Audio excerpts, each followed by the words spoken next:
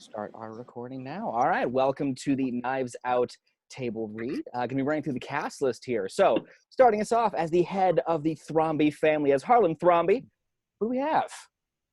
Hello, everyone. I'm Colby. I'll be playing none other than Harlan Thrombey. Perfect. And as his eldest daughter, we have Linda Drysdale. That is me. I will be playing Linda. Fantastic. And Linda is married to Richard Drysdale. Hi, I'm Erik. I'll be playing Richard. Fantastic. Now, their son, Ransom, will be showing up at some point throughout the picture. I'm Jessica. I'll be Ransom. And I love it.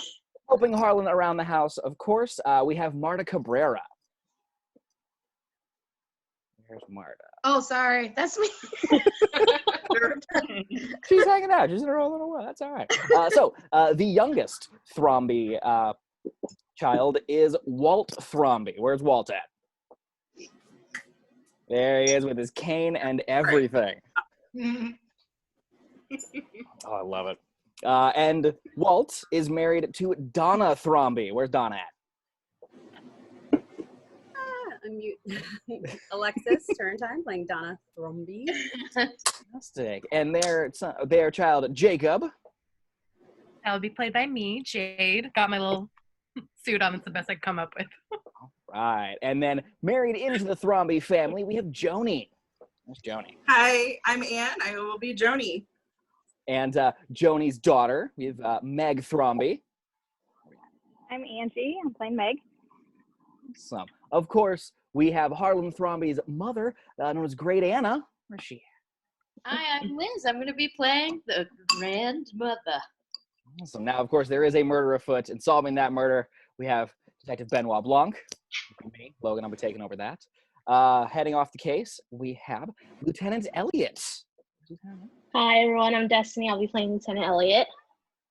Awesome. Helping Lieutenant Elliot, we, of course, have Trooper Wagner. Hi, everybody. My name's Matt. I'll be Trooper Wagner.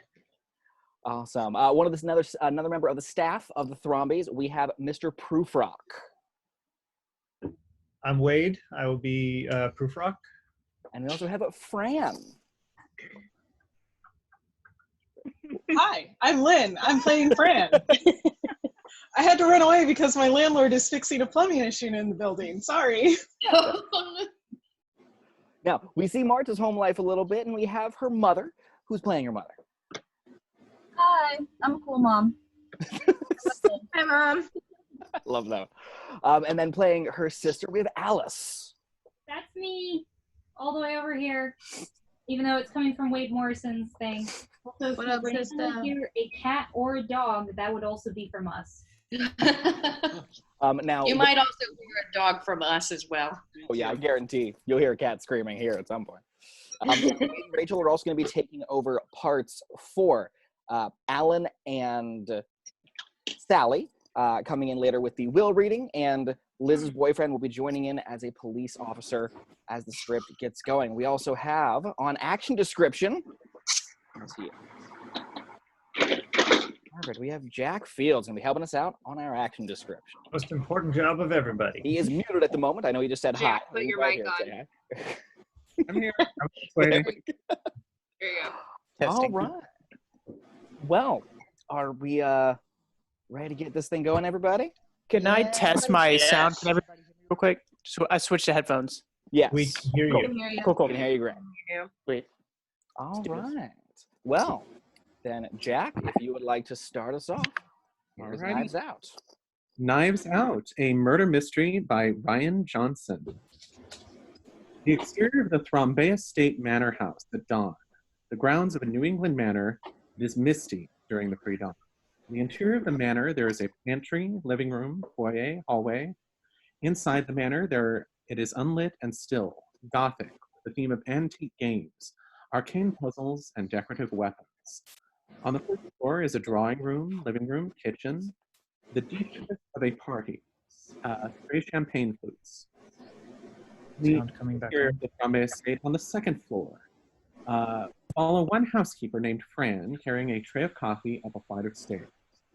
On the second floor is a hallway. The doors are all closed. The house has not woken up, and Fran steps lightly up a much narrower, creaky flight of stairs. On the 3rd floor, it is the master bedroom suite. Morning, Mr. Thrombey. The bed is empty, unslept in. A robe is thrown across it. Fran heads out onto the landing and up an even narrower half flight of stairs, which leads to a single door. Mr. Thrombey, you up there? Mr. Thrombey, I'm coming in. In the Harlan Thrombey's study, a cramped attic. It is a cramped attic with every shelf crammed with curios. The door swings open and Fran sees Harlan Thrombey himself, 85 years old, slung across a white leather day bed. His throat is slit, drenched in blood. He is completely dead. Fran's tray slips out of her hands for a second. Shit. Cut to the title card on the back, knives out. Cut to the interior of Marta's bedroom in the morning. Marta Cabrara wakes with a cry. Plain, modern, and cramped, Marta, in her late 20s, takes a moment to catch her breath and opens a window. It is a tiny window in a cheap apartment building. Marta's face appears breathing deep. It is 1 week after the Harlan Thrombey's demise. Marta sits in front of a laptop. Her mom is at the table with her. Her sister Alice watches CSI on an iPad on the countertop. And a murder-related dialogue from the show. There's a murder-related dialogue from the show. Marta scrolls through a job site, tired, eyes dead. Her mom watches concerned. Alice, turn that off now. Why? It's all summer. What are they finding how who did it? And the Wi-Fi sucks in my room, so it doesn't play. Off. We're Sorry, talking about murder on it. What? Oh. I'm so sorry, guys. We're having technical difficulties because of our dog. That's okay. I'll take it over. Okay, we'll just try that one at the top. Those are supposed to be read at the same time, right? Yep. Yeah. Why? It's almost over. What? They're gonna find out who did it, and my. Oh, now. Alice, there isn't anything bad on it. It's just normal teeth. And they're just... Your sister just had a friend she loves slit his throat open. She doesn't need to be hearing that right now. Let's be sensitive. Mom is standing yelling. Alice slams the iPad cover closed. Marta puts her head in her hand, looks at her mom, who looks back at her with protective sympathy. Marta starts laughing at the absurdity of it, but the laugh turns into crying. Alice, you can keep watching your show. It's all right. No, I guess you did it anyway. I'm sorry, Marta. Alice hugs her sister. Marta's phone rings. It is Walt Thrombey. It's Harlan's son. Hi, Walt. Uh-huh. Her face shifts in confusion. What? On a private road in late morning, a long, narrow private road leading to the Thrombey estate, Marta's shitty sum-comped car buzzes by towards the house. At the Thrombey estate's front drive, there are several cars, including a police cruiser with a few uninformed officers by it. Marta pulls up, an officer eyes her and approaches. Hey, excuse me, ma'am. Are y'all with the help? Thrombey's college-age granddaughter trots out. Hey, her name is Marta. She was Granddad's nurse. She's with us. The hell? It's okay. Sorry. No, it's not. What the hell? They hug and are both instantly crying. They laugh. Not very good. Alone. Lots of just this and not knowing what to do next. Anything you need. You're part of this family, Marta. Thank you. The Thrombey's eldest daughter, Linda, opens the door for Marta. How you doing, kiddo? Linda is a 60-ish, well-put-together, sharp and steely-eyed woman. She dresses and speaks with just a little more sharpness than any situation she's in requires. Hi, Linda. How are you? The funeral helped, I guess. Just seeing him. I thought you should have been there. I was outvoted. Linda's husband, Richard, walks in on the phone. The same age as Linda, he is gruff and confident. Will put his feet up on anything. I'm not the cop, so I don't know. All right, fine. Don't come. Get arrested. Die up your own ass for all I care. He's not coming. Ransom, little shit. Missed the funeral. The state trooper Wagner enters. Fresh-faced in his 30s, he pokes his head in the door. Excuse me, we're ready for you now. We'd like to see you one at a time. All right, I'll go first. I'm assuming this will all be wrapped up before the memorial tonight? We'll do our best, ma'am.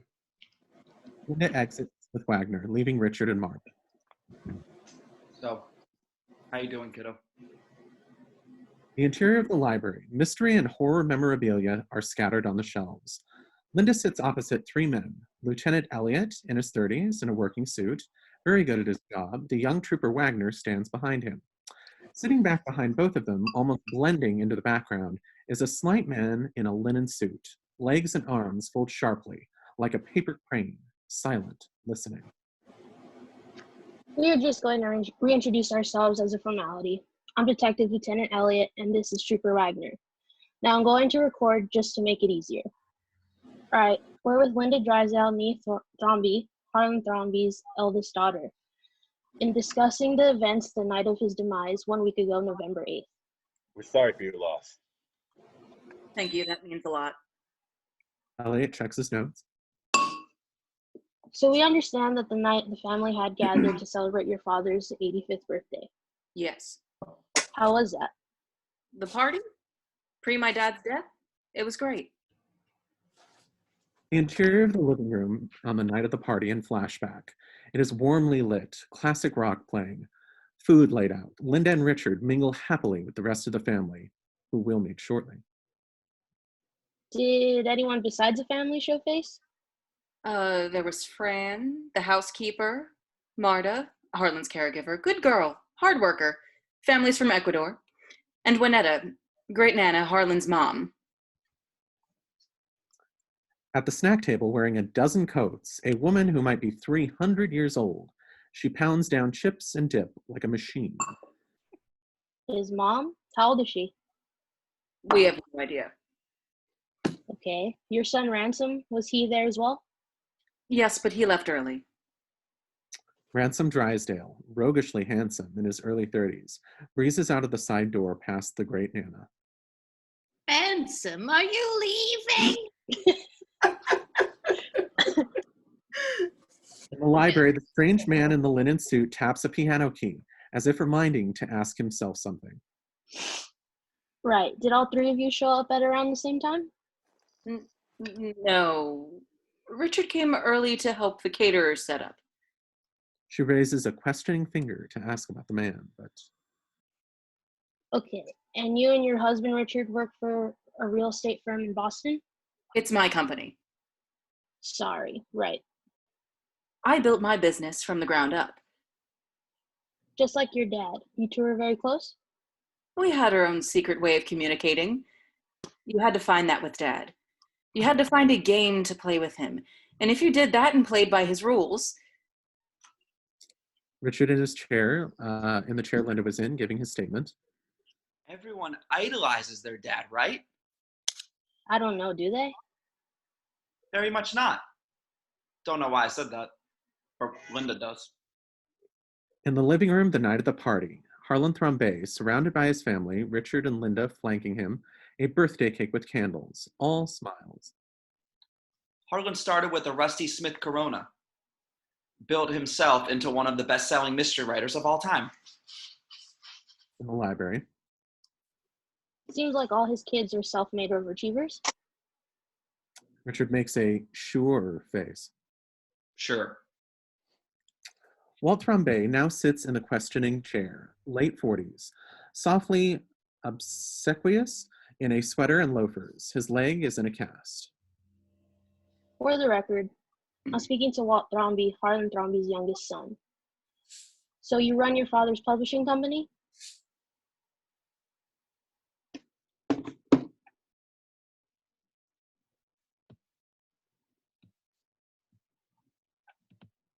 Who's Walt?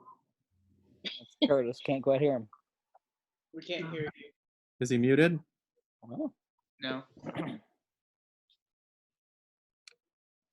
No, can't hear you. Don't hear you, Walt. Or yeah.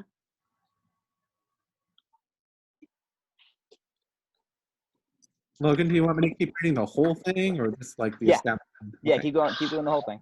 Okay. Give me a second. All right, Curtis, try it again. Not hearing Curtis. Is he muted at all? No, he is not. Maybe his mic just kind of broke. Maybe you check your preferences to see what the audio input says. Or maybe if you have headphones. Oh, there it is.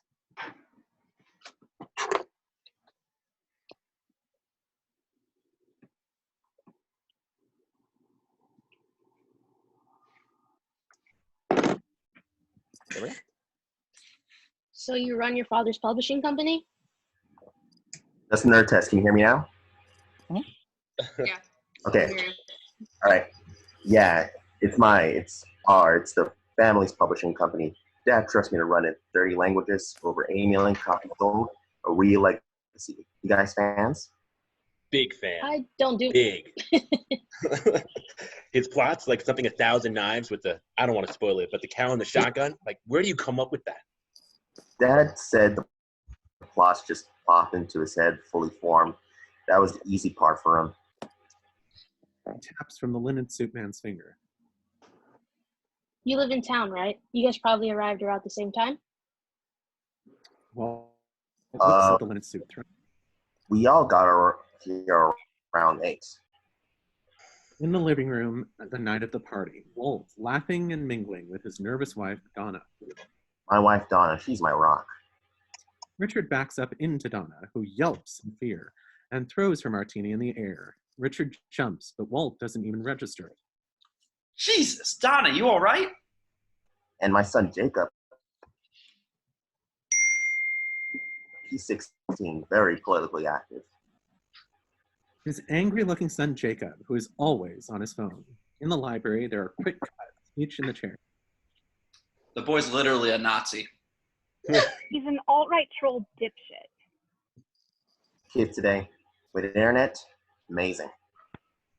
So the night went well? In the living room at the party, the exact same moment we saw with Richard and Linda of Harlan in front of the birthday cake, but now it's Walt, Donna, and Jacob next to Harlan. I mean, we're all gutted, but I'm happy we got the night with him to be by his side, to think about our books and what we've accomplished with them. It's like I can still feel his hand on my shoulder. In the Passing the torch.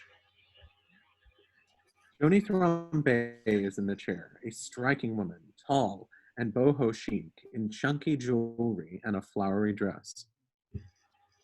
So we are with Joni Thrombey, Harlan Thrombey's daughter-in-law. Mm-hmm. I was married to his son Neil, and we had one daughter, Meg, and then Neil passed on 15 years ago. And you remain close to the Thrombeys?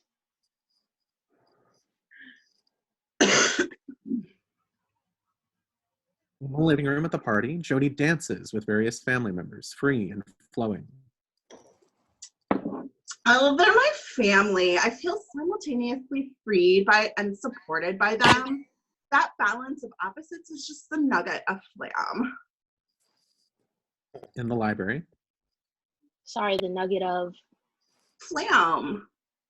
Ah, yeah, Flam, right. Your skincare company, sorry.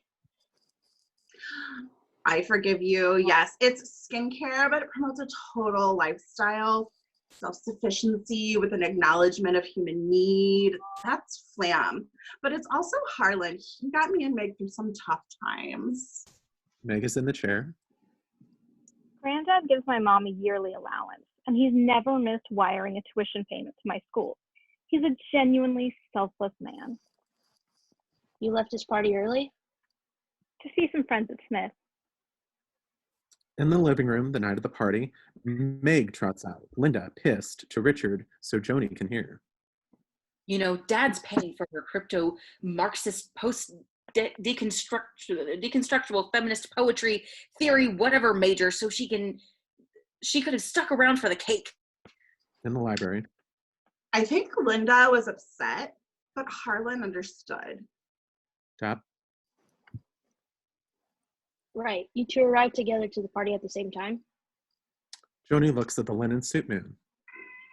If I could pause, because who is that guy and why are we doing all of this again?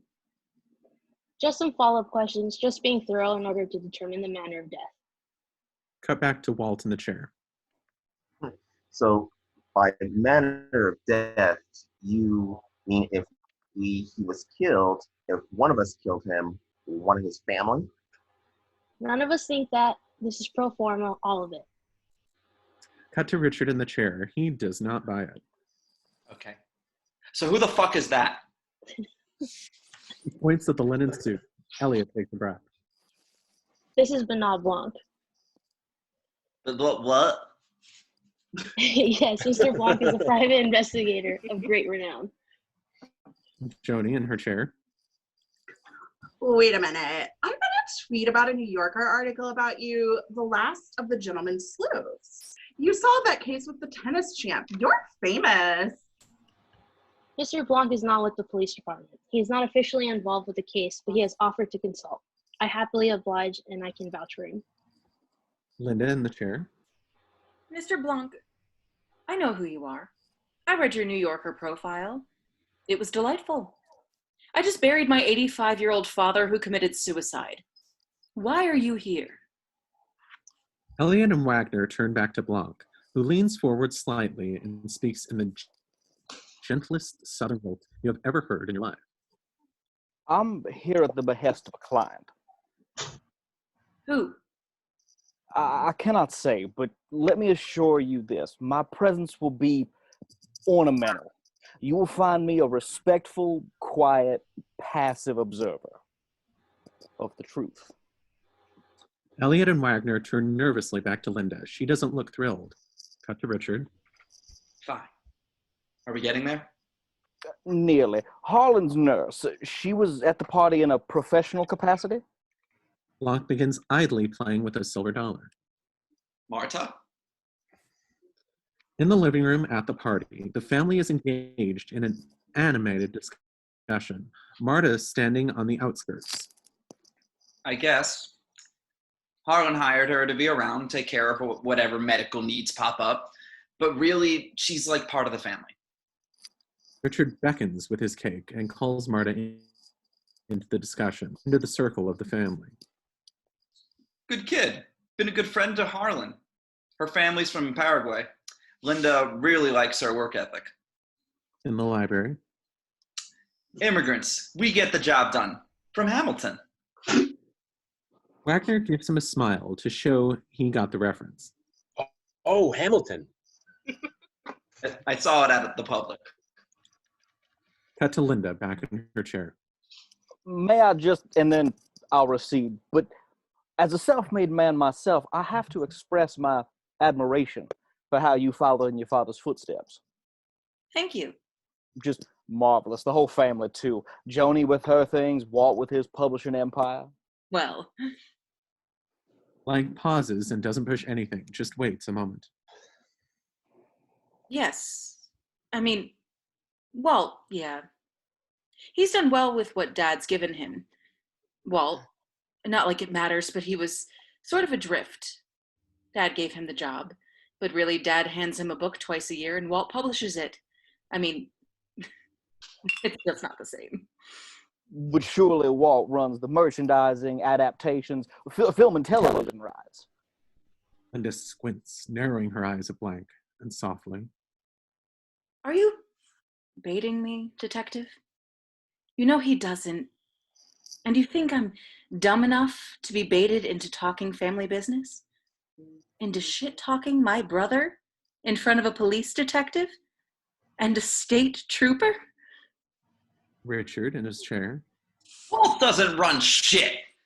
There are no film or TV rights. Harlan's never allowed any adaptation of his book. Hates the idea. No. Oh yeah. Drives Walt nuts, because that's where the real money's at. When he gets a little Irish courage in him, he'll get into it with Harlan. And did he get into it at the party? Oh my God. In the living room at the party, Walt, with a drink in hand, has cornered Harlan. Richard watches across the room as Walt goes from arguing to pleading. He wouldn't leave him alone. Poor guy. Harlan had to give him the hook.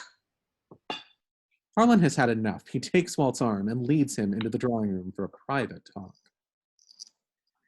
I didn't hear what he said, but he must have really handed him his lunch. Walt was like a wounded puppy the rest of the night.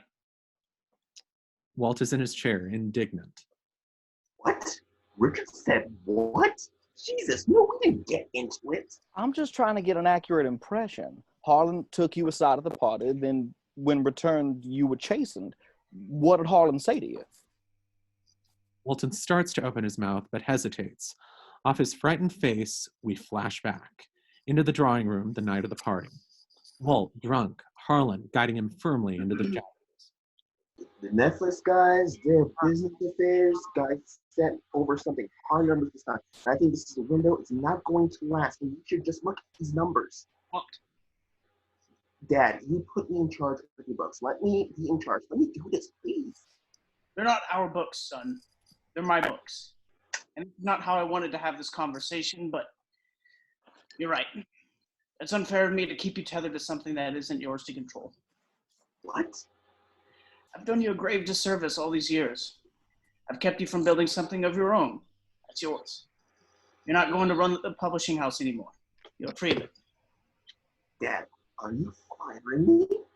We'll talk about details tomorrow, but my mind's made up. Good boy. Harlan pats his face, then leaves him shell-shocked. In the library, back to Walt's hesitating face. The briefest of moment has passed, and Walt lies. We talked. We had a business discussion about ebooks. Jesus, it was nothing. You want to talk about an argument? Now, Ransom had an argument. Ransom, Richard and Linda's son. Look, we love Ransom. He's a good kid. We love him. But he's always been a black sheep of the family, and I'm not. I keep stuff like this in the family, but with Ransom, he's never had a job. But Dad, for some unknown reason, has always supported. They've got this love-hate bond. They fight, but that night, God, they have blowouts. About what? In the living room at the party, the family having a conversation, everyone but Harlan, Jacob, and Ransom. It grinds to a halt as through the door to the Harlan study, an indistinct shouting booms. I couldn't make it out, but it was huge. It was strange they went into their room to do it. They usually love stoking up drama in front of the whole family. Ransom bursts out of the doors and storms out of the party, past Greatnana. Ransom, are you leaving? Richard in his chair. Speaking of getting into it, you were at the house early to help the caterer set up. Did you converse with Harlan at that time? He was there. He must have spoke. In his study? I don't think so. You see, I spoke with the caterer this morning. She didn't see you helping her staff, but she did hear Harlan in a screaming match with somebody that afternoon in his study. A screaming match? No, Joni was here too. She was early. Maybe it was her. Ask her. These were two male voices. In the hallway at the day of the party, a caterer through a ladder pauses and hears shouting through the wall. Harlan shouted the phrase, "You tell her or I will." In the library. You tell her or I will. Bells ringing. For just a split second, Richard considers what he is going to say. In the second, we flash back to the small study on the day of the party. Harlan showing Richard's photos on a laptop. Long lens photos of Richard kissing a woman who is not Linda. Richard glares at it. Harlan turns an old baseball over in his hands. That's none of your business, Harlan. Stay out of my marriage. Harlan holds up a sealed small envelope with flowery embroidery. An L is written on the front. I know my daughter. She'd want to know. I put it all in this letter to her. Tomorrow, she gets it. I'm warning you once. You Don't deserve to know. what hell. Tell her. You tell her. Oh, sorry. Go ahead. Harlan slams the baseball down on the desk. You tell her or I will. In the library, back to Richard. He grins and snaps his fingers. Yes, I know. Yes.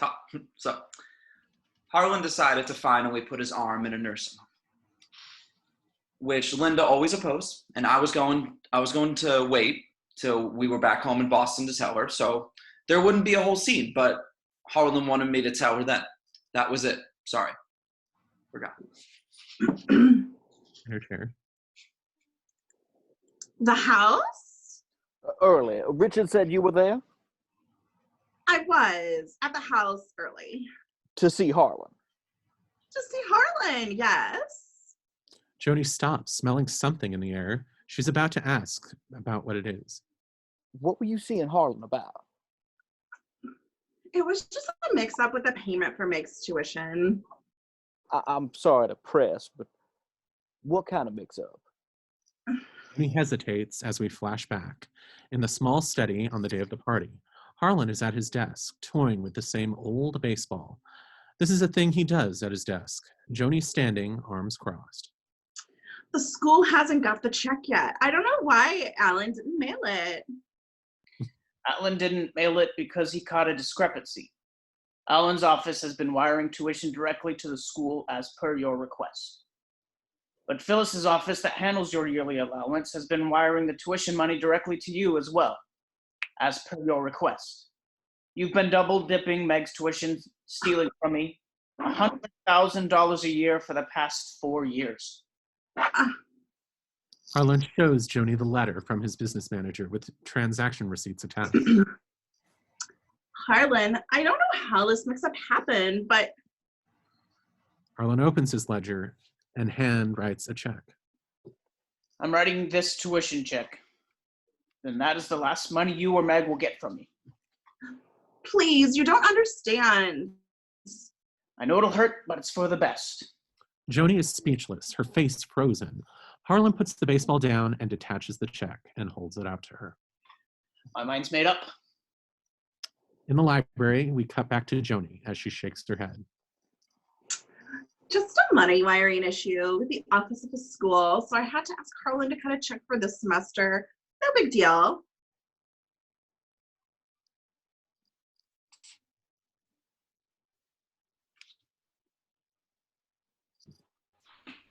Destiny. Sorry. Why don't we take a breather? In the foyer, Joni comes out into the foyer from the library, obviously rattled. She pulls it together quick enough to see Linda come down the stairs. Joni, you haven't seen Richard, have you? No, I was just in with the... No. In the small study. Richard? Alone, Richard waits very still for Linda's footsteps to walk away. Then, when he knows she's not coming in, he furtively rifles through the desk drawers, finding various ridiculous ephemera. He finds a small locked drawer, jimmies it open with a letter opener. Inside, the small pink envelope Harlan threatened him with is in his flashback. He rips it open, pulls out the card, and inside it is blank. Richard almost laughs and drops it onto the desk. Son of a bitch. He spots Harlan's old baseball, grabs it, and spitefully chucks it out of the open window. On the side of the house during the day, Blanc, Elliot, and Wagner stroll along the wide lawn beside the house. Blanc ignites a long, thin cigar. Maybe I'm a victim of my own expectations, but when the great Vanilla Blanc knocks on my door, I expect it's going to be for something.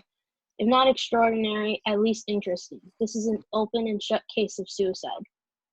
And Benny, we're at the point where I need to know what we are doing here. Blanc notices the old baseball lying in the grass and picks it up idly. The method, the throat slit. Typical of suicide? Dramatic, but look around, the guy practically lives in a clue board. In the foyer, Marta sits alone, across from a portrait of Harlan. Muffled voices out on the patio. Cigar smoke drifts by the outside. She creeps over to the glass door and puts her ear to it. You asked me to drag all these good people back for questioning, go over it all again? I don't get it. This is a pleasant family with the usual quarrels, but no possible motives for murder. Where are you going? At that moment, Blanc's face appears right next to Marta's, staring right at her through the distorted glass. She yelps and falls back. Out of the patio, Blanc opens the glass door. Marta steps back sheepishly, but with a warm nod, Blanc beckons for her to join them. Harlan Thrombey's nurse, Marta Cabrara. Cabrara. Miss Cabrara, you can just wait inside. We'll be with you soon. Miss Cabrara, I was doing a little poking. You're hired on part-time basis as a registered nurse, yes? Yeah, I don't work for a VNA. Harlan hired me directly. And you're paid a flat rate for how many hours a week? I started at 15, but slowly he needed more help. Medical help. He needed a friend. Blanc smiles at the girl, genuinely touched. Does having a kind heart make you a good nurse? Blanc? Yeah. Marta, we were discussing possible motives in the family. I suspect Harlan has told you much unfiltered truth about each of them, and a little bird has told me, how should I put this delicately? You have a regurgitative reaction to mistruth them. Who told you that? Is it true? Yes, it's something that I have had as a kid. It's a physically thing that I just, the thought of lying, yeah, it makes me cute. Really? Is Richard having an affair? Marta is stunned.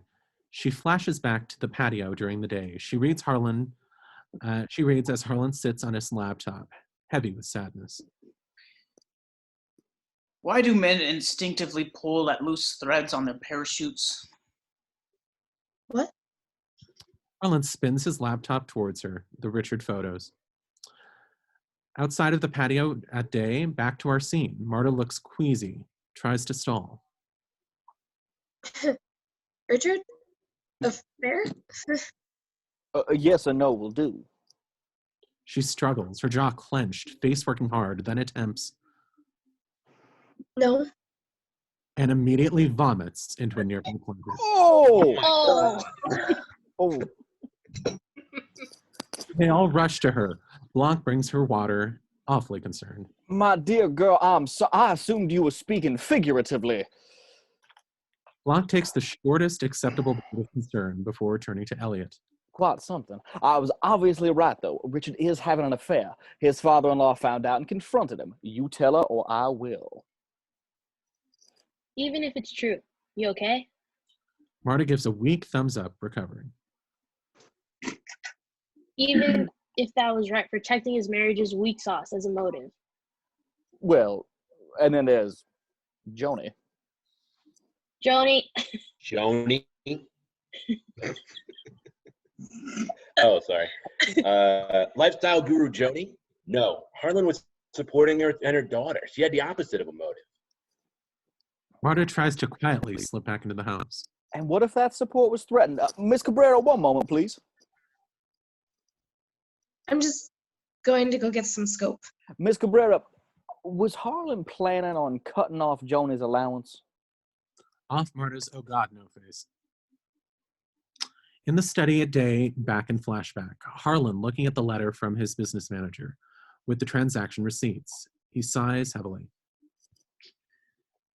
Oh, Joni. What's up? He hands her the letter. Outside of the patio, Marta's face works against impending nausea.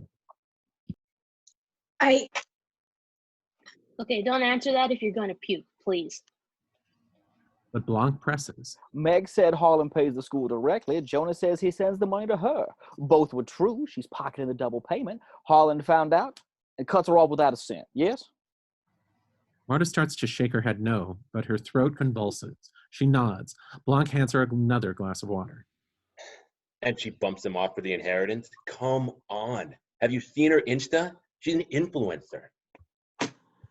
An allowance as a motive, Blanc? She has her business. More weak sauce. Blanc idly scratches a spot on the side of his neck. Granted, but she lied. to me. All three of them did. 3? Walter. I see where you're going with this. But there's something else. Harlan had turned Walter down before regarding film rights, but that night something Harlan said shook him. We look at the pattern. Harlan was cleaning house. I wonder, did he plan to fire Walter? Can I wait inside? I don't feel like I should be here. Yes. Please just wait inside, but stay close.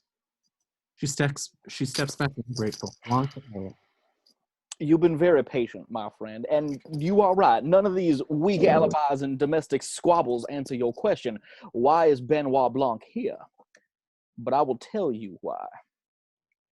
I am here because this morning someone dodged a very important question. Who? Me. Linda asked who hired me. So, who hired you? I do not know. An envelope of cash showed up at my apartment yesterday with the news clippings of Thrombey's death. An envelope that worked? An envelope of cash. Blanc indicates with his fingers, several inches thick. So somebody suspects foul play, but goes through this hotshot dance of hiring me, of staying anonymous. It makes no damn sense. Impels me, though. Walk me through everyone's whereabouts at the time of death. Elliot hesitates, but Blanc's got him hooked. He flips open his notebook, and Blanc leans back and closes his eyes. We know the party broke up at 11:30. The second floor landing on the night of the party. Marta and Harlan vanish up the stairs towards the third floor, while Richard and Linda head into the bedroom right next to the stairs. Down the hallway, Joni waves and ducks into another bedroom. Marta took Harlan upstairs to give him his meds. Richard and Linda and Joni went right to bed. Now we do have this. The stairs leading up to Harlan's bedroom and his attic office creak horribly. In Richard and Linda's guest room on the night of the party, Richard sleeps deeply. Linda sleeps lightly. And Linda's a light sleeper, so we know every time someone took the stairs that night. In Joni and Meg's guest room on the night of the party, Joni has decorated the room with colorful silks and candles. She is in a lotus position on her bed, meditating. The first was when Joni heard a ka-thunk from somewhere above her in the house. Ka-thunk! Joni looks up at the ceiling. In the second floor landing, at the party, Joni trots down the hall and up the creaky stairs. She's concerned about Harlan. She went up to investigate, waking Linda. Richard and Linda's room creak, creak, creak from outside. Linda's eyes pop open. In the third floor landing at the party, Joni knocks on the door of Harlan's attic's office. It opens, and Harlan answers. In the room behind him, we see Marta, her back turned, preparing a hypo needle. Harlan was in his attic office with Marta. He explained that they had just knocked the go board over. That game with the grid and stones. They play it every night, and he was fine. Go to bed, so she does. The spilled go board is on the floor. Joni kisses Harlan on the cheek and goes. He shuts the door. In Richard and Linda's guest room, Linda has just gotten back to sleep. 10 minutes later, Linda is woken a second time by Marta leaving. Creak, creak, creak. Linda wakes, supremely annoyed. Walt, I'm leaving. On the front porch at the party, Walt and Jacob sit on the porch, Walt with a cigar, Jacob with his phone. Marta trots through, saying goodbye. Walt was smoking a cigar on the porch with his son. He saw her leave and drive off, and noted the time, midnight. Walt glances at his watch. It is midnight. In Richard and Linda's room, Linda with a pillow over her head. 15 minutes later, Linda is woken for the third and final time by someone coming down the stairs. Creak, creak, creak. Linda wakes. You've got to be kidding me. On the front porch on the night of the party, Walt, still smoking with Jacob, spots Harlan through the glazed glass, coming down the stairs into the foyer. Harlan, who came down for midnight snacks, which Walt tried to discourage. Dad, go to bed. Through the glazed glass, Harlan goes back upstairs. Based on this, the medical examiner determined the time of death between 12:15 and 2 a.m. As Walt was finishing his cigar, about 12:30, Meg came home. She went straight to bed. Walt and Jacob turned in shortly after that. Meg pulls up and trots past Walt and Jacob and inside. In Joni and Meg's guest room, Meg stirs and wakes. Joni is asleep. Sometime later that night, undetermined but possibly near 3 a.m., Meg woke up because the dogs were barking outside. She used the bathroom and went back to bed. Outside on the patio during the day, Elliot snaps the notebook closed. And that's it. Everyone's stories match, every moment accounted for. And there's no other staircase up to Harlan's room? Blanc scratches that same spot on the side of his neck. No, just a creaky one. Blanc seems intrigued by this. Interesting. So I guess we can rule out Ransom. He wasn't there. And Marta. Harlan was alive after she left. But Meg got home during the time of death window. Except it was a suicide. Harlan hit both carotids we saw from the blood splats patterns that they were uninterrupted, meaning it's almost impossible for anyone to have been around him at that time. He's the one that cut his own throat. I don't know why we keep going over this. Physical evidence can tell a clear story with a forked tongue. What? And as we've seen this morning, everyone can lie. Well, almost everyone. In the library late afternoon, Marta is in her chair. She shifts uncomfortably. Blanc, Elliot, and Wagner are in their normal places. Miss Cabrara, we kept you waiting all afternoon because I wanted to hear from you last. I wanted to have the entire picture of the evening in my head. Your piece of it is at the very center. So please, take your time. You took Mr. Thrombey upstairs at 11:30. You left at midnight. Think very carefully, and with as much detail as possible. Tell us what happened in that half hour. Marta is very still. A moment of silence. Blanc flips his silver dollar into the air. She does not say a word, but in that moment, while the coin hangs in the air, we flash back with her. To Harlan's bedroom at night. The night of the party. A clock is on the nightstand. It is 11:32. Off screen, we hear Marta leading Harlan up the creaky stairs. Up, up, up, up. You Got got it. Up, up, up. I got it. Marta enters the room, and behind her, we see Harlan keep climbing up those narrow stairs to his office. Up, up. No, no, not tonight. Nope, straight to bed tonight. It is so late. Come on. Harlan. Harlan. She grabs a med kit from the bedroom and follows him, exasperated. In Harlan Thrombey's study, Harlan sits, setting up a go board. Marta enters. It's late. I had champagne. No. Marta puts 2 vials and a pill box on the go board. She pulls out 2 plastic-wrapped hypodermics. Take your goddamn medicine and go to bed. If you're going to put that vile shit in me, you will have to earn it. On my birthday. 85th. So old. So old. All right, old man. 8x8 game. You ready?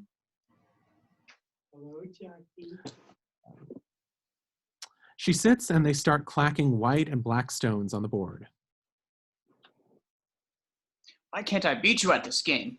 Because I'm not playing to beat you. I'm playing to build a beautiful pattern. Oh, uh-huh. They play fast, and Marta is obviously winning. Elder abuse. I'm calling the AARP. Don't make me get the belt. It's basically over. My only hope is that an earthquake will strike. But what are the chances? Harlan starts shaking the table with his knee. He looks around, startled. Marta just stares at him, deadpan. Get under a door frame! He tips the whole table, and the go board and med vials and syringe and med kit fall to the soft rug. Things spill out over the kit, a mess. Marta just shakes her head. Meds, then beds. Fair. She retrieves the vials and loads a syringe from one of them. Harlan rolls up his sleeve, revealing a pre-inserted catheter. He crosses to close the room's only small door. Ugh. Walt's smoking a cigar on the porch. Nasty things. How was tonight? She hooks the syringe up to the catheter and slowly injects him, bit by bit, while he talks. Tonight was good. Because I know you weren't looking forward to it. No, but I did it. Cut the line on all 4 of them. It was not easy, this goddamn fortune. Sometimes I think everything I've done, everything I've given my family, I've done. Maybe without knowing it, maybe to keep them beneath me. I should have, maybe, I don't know, encouraged Walt to write his own stories, not just be a caretaker of mine. Like you said, I should. Been a father, not just a provider. To Joni. Like you've also said, I should have been kinder to Linda and Ransom. Harlan takes a curved ornamental dagger from a display mount and turns it over in his hands. Jesus, there's so much me in that kid. Confident. Stupid. I don't know. Protected. Playing life like a game without consequence till you can't tell the difference between a stage prop and a real knife. He stabs it into the desk, sharp and real, and leaves it there. I don't fear death, but God, I'd like to fix some of this before I go. Close the book with a flourish. I guess we'll see. I guess we will. Hey, old man, you've had a long day. Want to do drugs? She loads the second syringe from the second vial. You mean the good stuff? Yeah, but just a tiny bit. Send me to La La Land. Why did I wait till my mid-80s to become a morphine user? What a schmuck. What a nudnig. This stuff's the best. She pulls the needle from the second vial, then sees the label and freezes and blinks at it. Oh my God. She snatches up the first vial she just injected him from and compares the label to the one she just picked up. They're similar, but not the same. Is there a problem? This is what I just gave you 100 milligrams of, but I messed up. You gave me 100 milligrams of the good stuff? He immediately pulls an emergency kit from a nearby shelf and starts calmly but quickly going through its contents. What's the good stuff dosage supposed to be? Let's not call it that right now. 3 milligrams. That's much less. So what happens? I give you an emergency shot of naloxone so that you don't die in 10 minutes. Well, no pressure. You know, that's an interesting, efficient method for murder. I need to write that down. He gets a little notebook and scribbles while she checks and rechecks the kit's contents with increasing urgency. So if someone switched the meds on purpose, I'd be dead in 10 minutes, like stone cold dead? You'll feel symptoms in 5. Sweats, disorientation, then, yeah, that big a dose injected. Within 10, yes, 10 minutes. From the time of injection, so 8-ish now. And even if the victim called an ambulance when he first felt symptoms, he was at a country home like this one, where the ambulance takes 15 minutes to arrive, it would be too late. The victim didn't have this emergency Naxo stuff. He watches her. She's now digging around the carpet, looking under the couch. She dumps the entire contents of the kit out and is now frantically going through it. A bead of sweat rolls down Harlan's brow. Marta, you have Naxo stuff? Yes, naloxone, yes, it comes with the emergency kit. It should be here. Like, it's fuck. No, Harlan, it's not here. It's not. Oh my God. They look at each other for a second. She's panicked. He's thinking. Where's my phone? Shit. He picks up a landline phone on the table and dials 911 with shaking hands. Before it can even ring, the line goes dead. She looks, unbelieving. Harlan's finger is on the cradle. His eyes are locked with hers, serious and certain. Harlan, what are you doing? Marta, listen to me. Harlan, we need to... Stop. Are you crazy? Marta, No, we need to call. We need to get... I need to... She goes for her cell phone across the room, and Harlan stops her. They trip and fall to the ground with a thunk. Marta, it's too late. It's over. What are you doing? What are you nuts? I'm dead. Listen. He actually puts his hand over her mouth. Listen. If what you said is true, I'm gone. There's no saving me. We have 6 minutes. There is one last thing I need to do in this world, and only you can help me do it. But you need to trust me and do everything I say. What do you want to do? Get you out of this. Think of your mom. Please, trust me. We have to make this look ironclad, like it can't have been your fault. You can't have done this. My mom? Creak on the stairs outside. Get up. A knock at the door. Harlan, Marta, everything all right? Harlan and Marta stand. She's dazed, deer in the headlights, but he's focused and sharp. He turns her away from the door.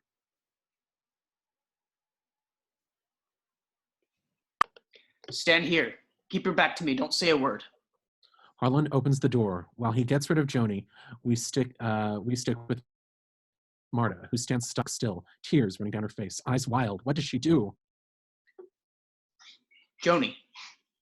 I heard something. Is everything okay? Oh, yes, I just knocked over the go board. Sorry about that. Everything's all right? Yes, all fine. Go to bed, Joni. Okay, and maybe we can talk tomorrow about the thing with... Yes, tomorrow. Love you. Night. Night. Harlan shuts the door, looks at the knife still sticking in the desk, then takes Marta's shoulders and looks in her eyes. Pay attention now. Your mom is still undocumented. If this is your fault, she'll be found out and at best deported. Your family will be broken. A new kind of fear is in Marta's eyes. Oh, God. But we're not going to let that happen. I have a plan. It's not going to be easy, but you have to do exactly what I tell you. Will you do this, Marta? This last thing? For me and for your family. She's terrified, but she nods. What do you want me to do? Outside the front porch at the night of the party in flashback, Walt is smoking and Jacob. Go downstairs as noisily as you can. Say goodbye, loudly. Walt, I'm leaving. Marta exits quickly down to her car. Call attention to the time if you can. God, it's midnight already. Walt checks his watch. In Marta's car at night, she drives out of the guard gate and down the private road. Drive out the gate, then to avoid the security cameras, pull off the road before the carved elephant. Up ahead, a weathered wood carved elephant statue. Wait, was it before or after? After the carved elephant. No, he said before? Was it? Be after for the carved elephant. Shit. She yanks the wheel and pulls off before the statue. Outside the woods at night, Marta trudges away from the parked car, tree branches catching her hair. Park and come back on foot up to the house. Outside the Thrombey Estates side gate, a waist-high stone wall with a little pedestrian gate. The house is up ahead. Marta goes through the gate and up towards the house. Take the side yard path, through that little gate. The dogs sprint down the moonlit yard from the house towards Marta. The dogs will know you. They shouldn't bark. The dogs stop at Marta and lick her hand. Outside the Thrombey Estates side yard, Marta looks up the side of the looming house, a sturdy trellis on the wall, and high above a third-story window. You've got to get up to the third floor without being seen. And the only way is to climb the side trellis and come in through the trick hall window. You've got to be kidding me. I am not. Do it. Moments later, Marta is climbing the trellis. It's easy going until a piece breaks under her foot, and she swings for a second by one hand. And for God's sakes, don't make any noise. On the third floor landing, what appears to be a dead-end hallway with a painting at the end, but suddenly the end wall swings away like a door, revealing a window behind it. Marta heaves her way in through it and steps lightly into Harlan's bedroom. Once you're inside, this is the tricky part. This is the tricky part? In Harlan's bedroom at night, get my robe and cap from my bedroom and put them on. She picks them up from the bed and stops a moment of doubt. In Harlan's study, back to the scene with Harlan, Marta stops him. Harlan, this is crazy. We need to make this so airtight your average cop will entirely dismiss you as a suspect. This seems crazy, but it will work. In Harlan's bedroom at night in the flashback, Marta is in her robe, pulling the cap on, tucking her hair under it. On the second floor landing, Marta, in Harlan's robe and cap, creeps down the creaky stairs, then keeps going down. Walt and Jacob are smoking outside. They'll see you. In the foyer the night of the party, Marta comes down the stairs and sees the outline of Walt and Jacob outside through the glazed windows. Through the glazed window. She holds her breath, a deer in the headlights. Dad, go to bed. Marta heads right back up the stairs. You are seen leaving. The security cameras show you driving off. And 20 minutes later, I am seen alive and well by my son. On the second floor landing, Marta climbs the creaky stairs. You've gone from suspect number 1 to an impossibility. In Harlan's bedroom, Marta ducks in, ditching the robe and cap on the bed. Outside the Thrombey Estates yard, Marta shimmies down the last of the trellis. Leave the way you came, and don't be seen. She hops to the ground, then freezes and almost shouts. She's facing a darkened first-floor window, wide open, and inside it, staring right at her, is Greatnana. Marta is frozen. Greatnana isn't moving either, just as her eyes locked on Marta. After what seems like forever, Greatnana cocks her head slightly and asks, Ransom, are you back again already? Marta breathes and backs away, then turns and goes quickly down across the lawn. Drive home. Sometime in the next few days, the police will question you. In Harlan Thrombey's study, back to Harlan and Marta. Harlan, I can't lie, I'll puke. Don't lie. Tell fragments of the truth. In this exact order. In the library, Blanc catches his coin. Lieutenant Elliot and Trooper Wagner look up at Marta, expectant. Just a brief moment has passed since we left them. I took him upstairs. We played our nightly game of Go. At some point, he knocked the board over and Joni came up to check him out. Then I gave him pain medication. He pulled his shoulder last week and left him in his study at midnight. Said bye to Walt, went home. What medications did he get? Or what medication did he get? Marta chooses her words carefully. Since his injury, I've been giving him a 100 milligram IV push of Toradol, a non-narcotic analgesic, and to help him sleep, 3 milligrams of morphine. Anything unusual about his demeanor? Marta keeps it solid, superhuman effort. No. The three men nod. Blanc holds Marta's gaze. She holds it right back. Then he smiles.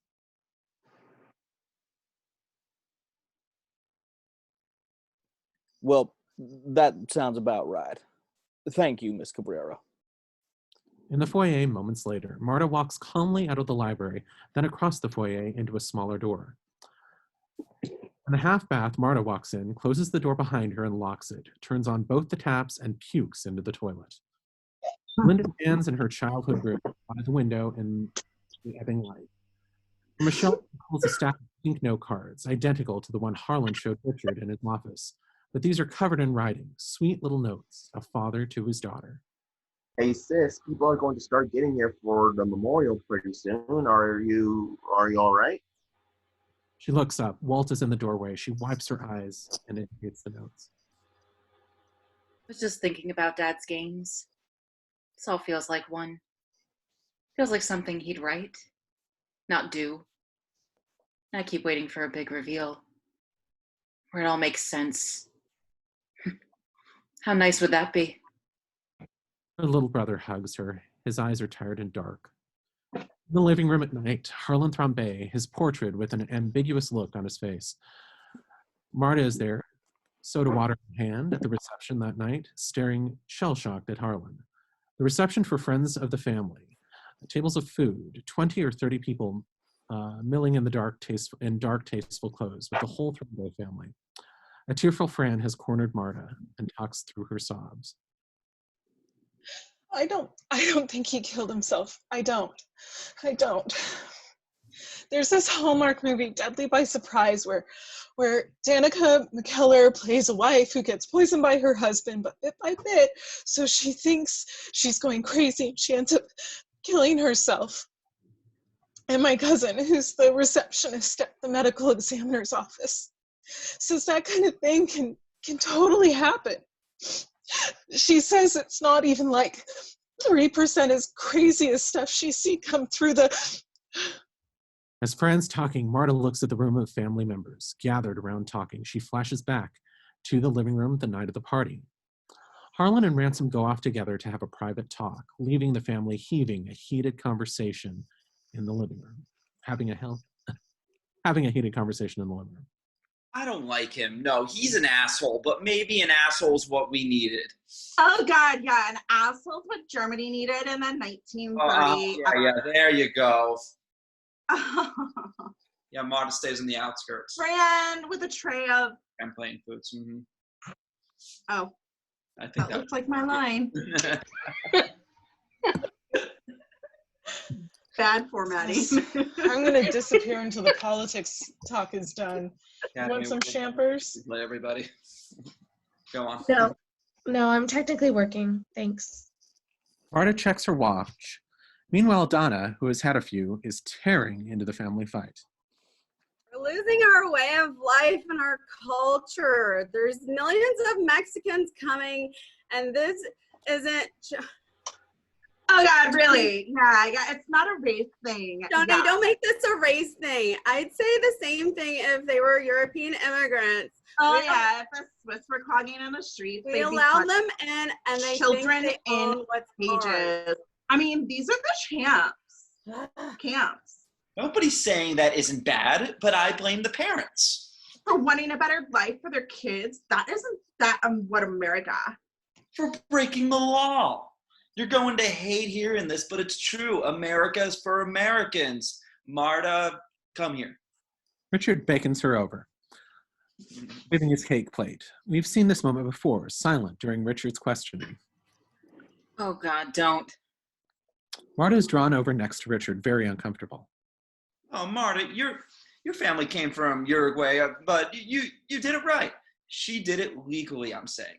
You work hard and you'll earn your share from the ground up, just like your dad and all of us did. Marta, I bet you agree with me. Leave the poor girl alone.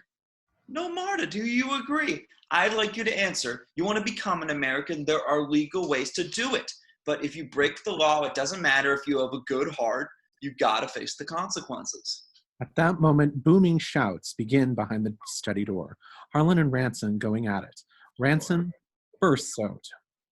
Marta takes the opportunity to slip into the hallway alone. She breathes hard, takes a champagne flute from the tray, drinks it in one gulp. In the living room, at the end of the flashback, Marta is in the same spot. Fran's still talking her ear off. The room sways. Marta sucks in breath and sways and braces herself against the wall.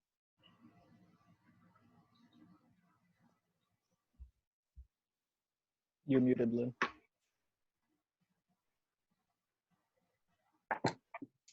Oh my God, Marta, what? Meg runs over and rubs her back. Oh, hey, come here. Hey, what do you want? Water? Breathe. Hey, Fran, do you still have your stash? In the drawing room, it is empty and dark. The fireplace is blazing. About the fireplace is an ornate mantel clock. Fran uses the key to unlock one of several tiny drawers hidden in its face. He takes out a joint and hands it to Meg. Take them whenever you need them. They're just drying out since you gave me that jewel. Thanks, Fran. Fran leaves them. I'm sorry. Stop saying you're sorry. Jesus.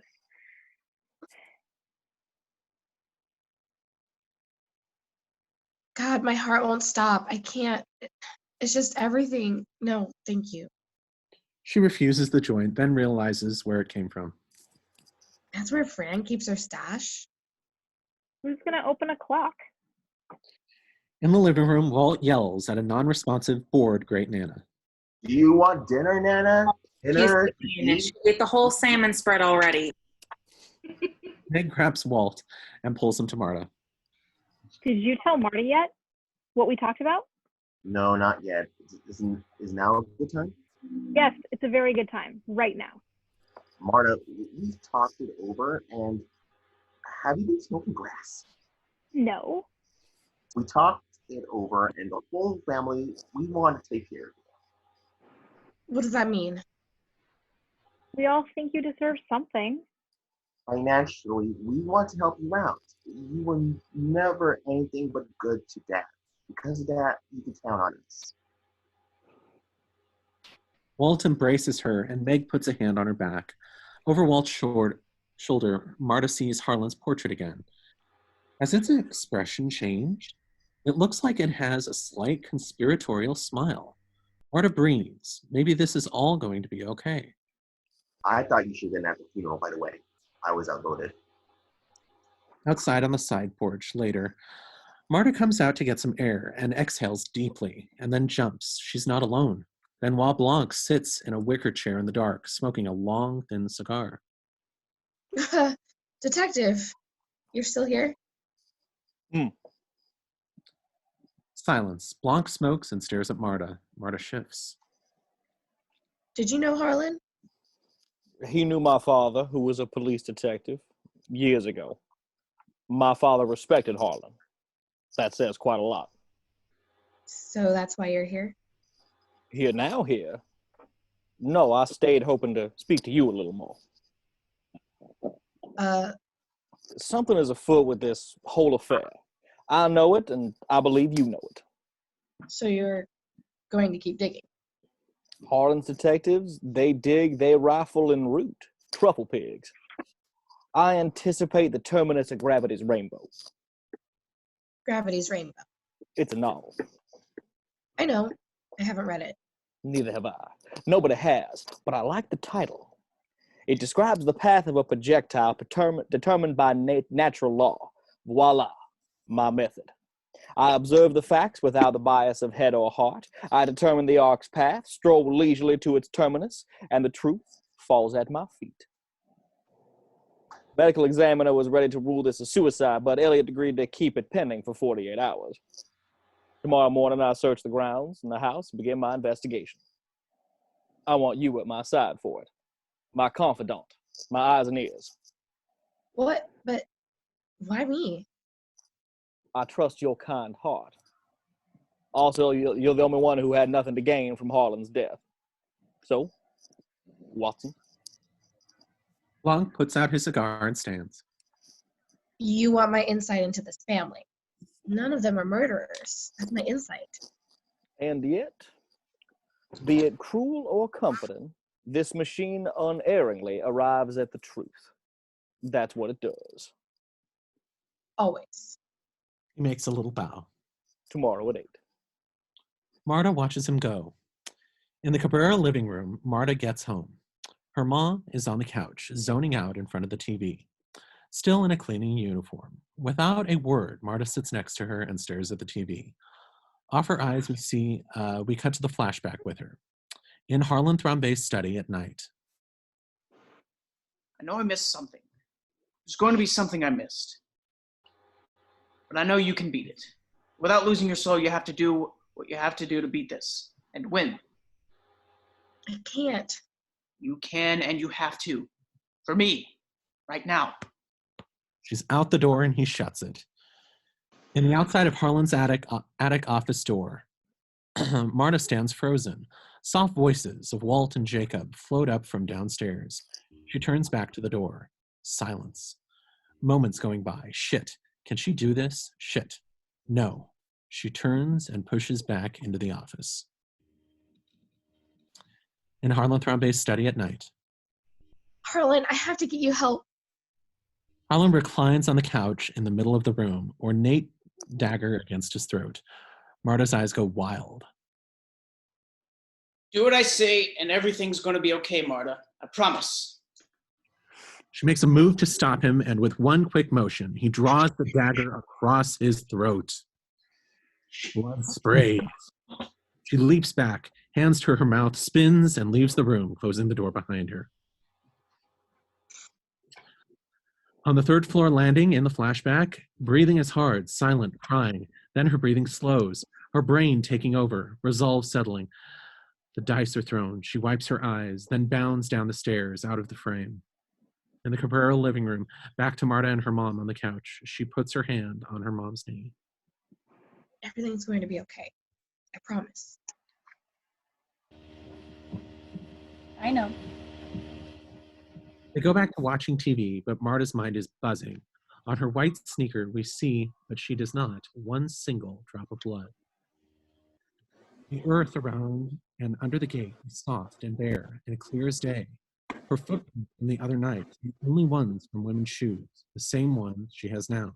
Her breath catches. Shit. Any luck with, what's his name? Ransom? No, but we have an address. 10 Canoke Street. 10 Canoke. That's a pleasant thing to say. Canoke. I awoke amid Canoke. Ugh, this mud, my boots are gonna stink. Mud.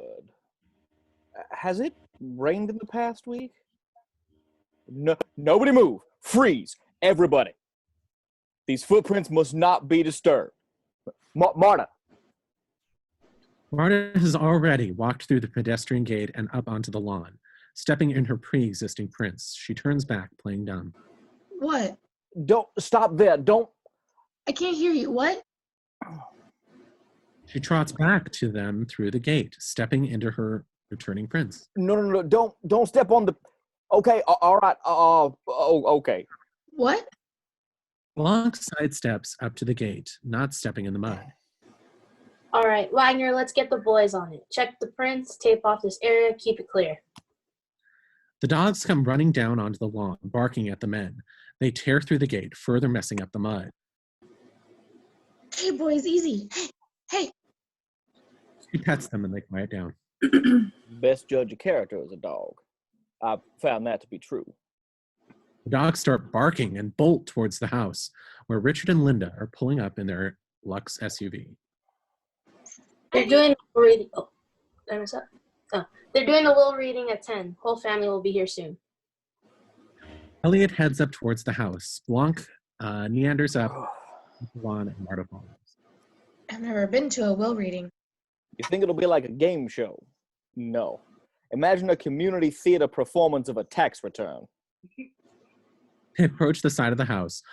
Blanc does a gentle, meandering step of the layout. Marta steals a look at the trellis she climbed. Oh no, a piece of the white lattice trellis that broke off when she was climbing. About 8 inches long, lies in the grass beneath it. Her eyes dart up. Yup, there's the broken spot. Shit. Sweet beans! Marta starts. Did he stop it? No. He comes face to face with Greatnana, standing stock still on the porch. She stares at him like a bird. Good morning, Mrs. Thrombey. He approaches her slowly. When his back is fully turned, Marta takes her shot and kicks the piece of trellis under some thick bushes at the base of the house. Blanc and Greatnana stare at each other. Blanc gets very close to her, great sympathy in his eyes. Greatnana stares back. It's almost like they're communicating. This goes on for a little too long. Then Blanc breaks from the trance and turns to Marta. Do you think you can handle the study? In the Harlan Thrombey's study, the blood is now only a subtle dark stain, but other than that, the room has been left intact from the night of the party. Marta and Wagner observe as Blanc paces the room. Where's your medical bag? I don't know. I left it here. I always leave it here with Harlan at night. They must have taken it in as evidence. I'll check on it. Blanc picks up the go board and sets it on the table and examines the grid idly. How'd the go board get knocked over? We were just goofing around. What are you thinking? Blanc sighs gently and turns the baseball over in his hands.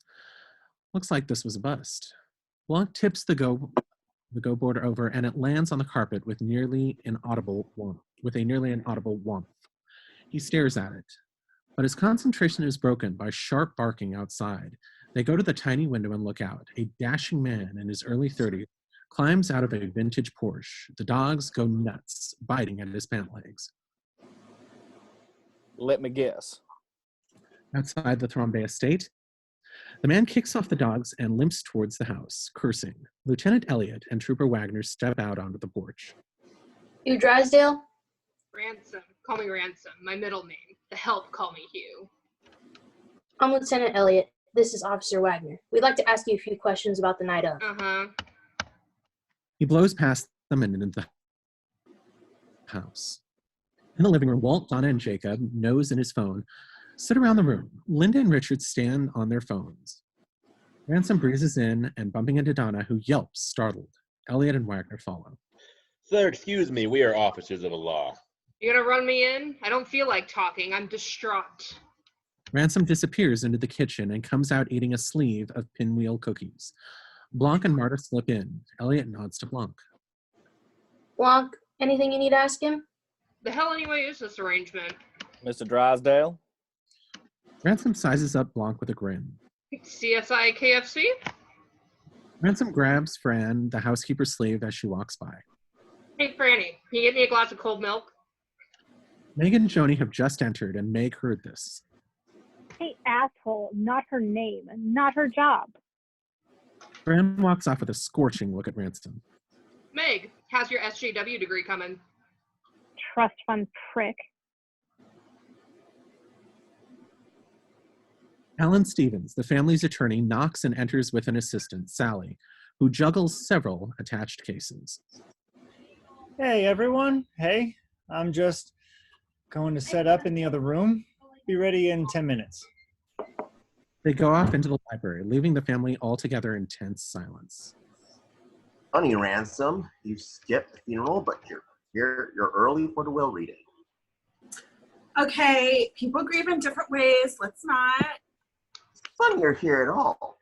Why are you even bothering? That's what I want to know. What's that supposed to mean? Who knows what it means? Whoa, what? Jacob was in that bathroom the night of the party.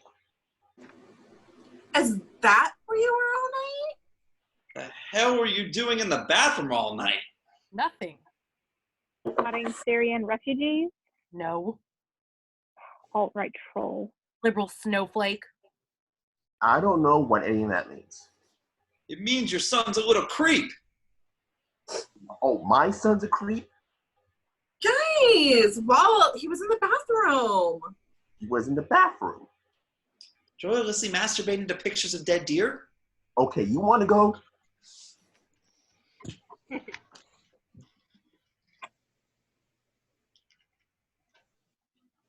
Acting description there?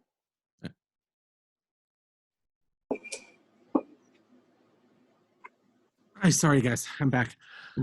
Where are we? I'm so sorry. Bottom of page 64. Okay. 65. Bottom 60. Yeah, after. Or after 64 Walt's- of the script. They go 65. at each other and do some half-hearted. They go at each other and do some half-hearted slap fighting before Linda and Joni break them apart. Ransom is loving this. We gotta do this more often. All right, enough. Jacob, we get where this is going. The bathroom's next to Harlan's office where we had the big fight with Ransom. You heard something. Spill it. I just heard two things.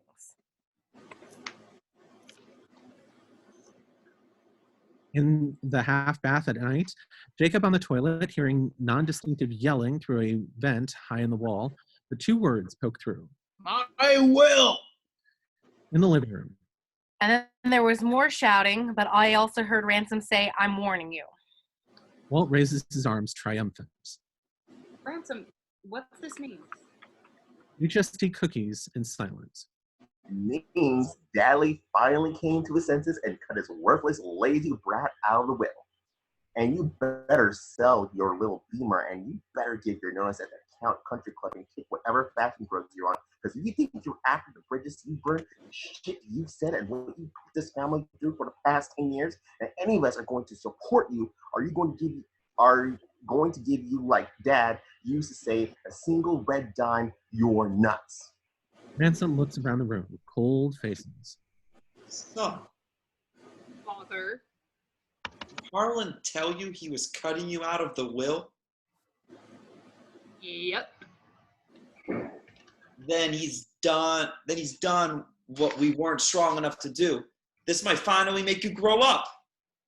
Ransom is really slapped by this, but he doesn't let it show. I think it might be the best thing that could happen to you. Thanks, my mother, folks. It won't be easy for you, but it'll be good. Nothing good is ever easy. Up your ass, Joni. You got your teeth bitten into this family's tit so hard.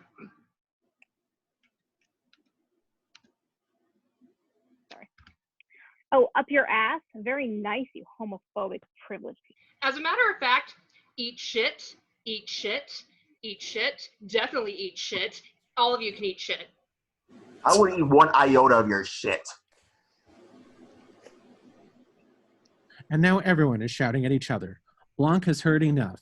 He sets the baseball down on his side table and drifts out. Marta follows him. On the front porch, Blanc breathes in the air. Marta joins him. From inside the house, the shouting continues. What was that about will readings being boring? Exception that proves the rule. Fran bursts out of the living room, muttering. She storms off around the house, a beat of thought, then... I'm warning you, Ransom said. I'm warning you. One of the dogs bounds up the steps to Blanc. You heard Ransom in there. It's the kind of thing he says. When Blanc goes to pet him, the dog drops something to his feet with a clatter. Marta freezes. What's he got there? Hey, boy, you find the stick? He's always bringing junk into the house. It's the piece of the broken trellis.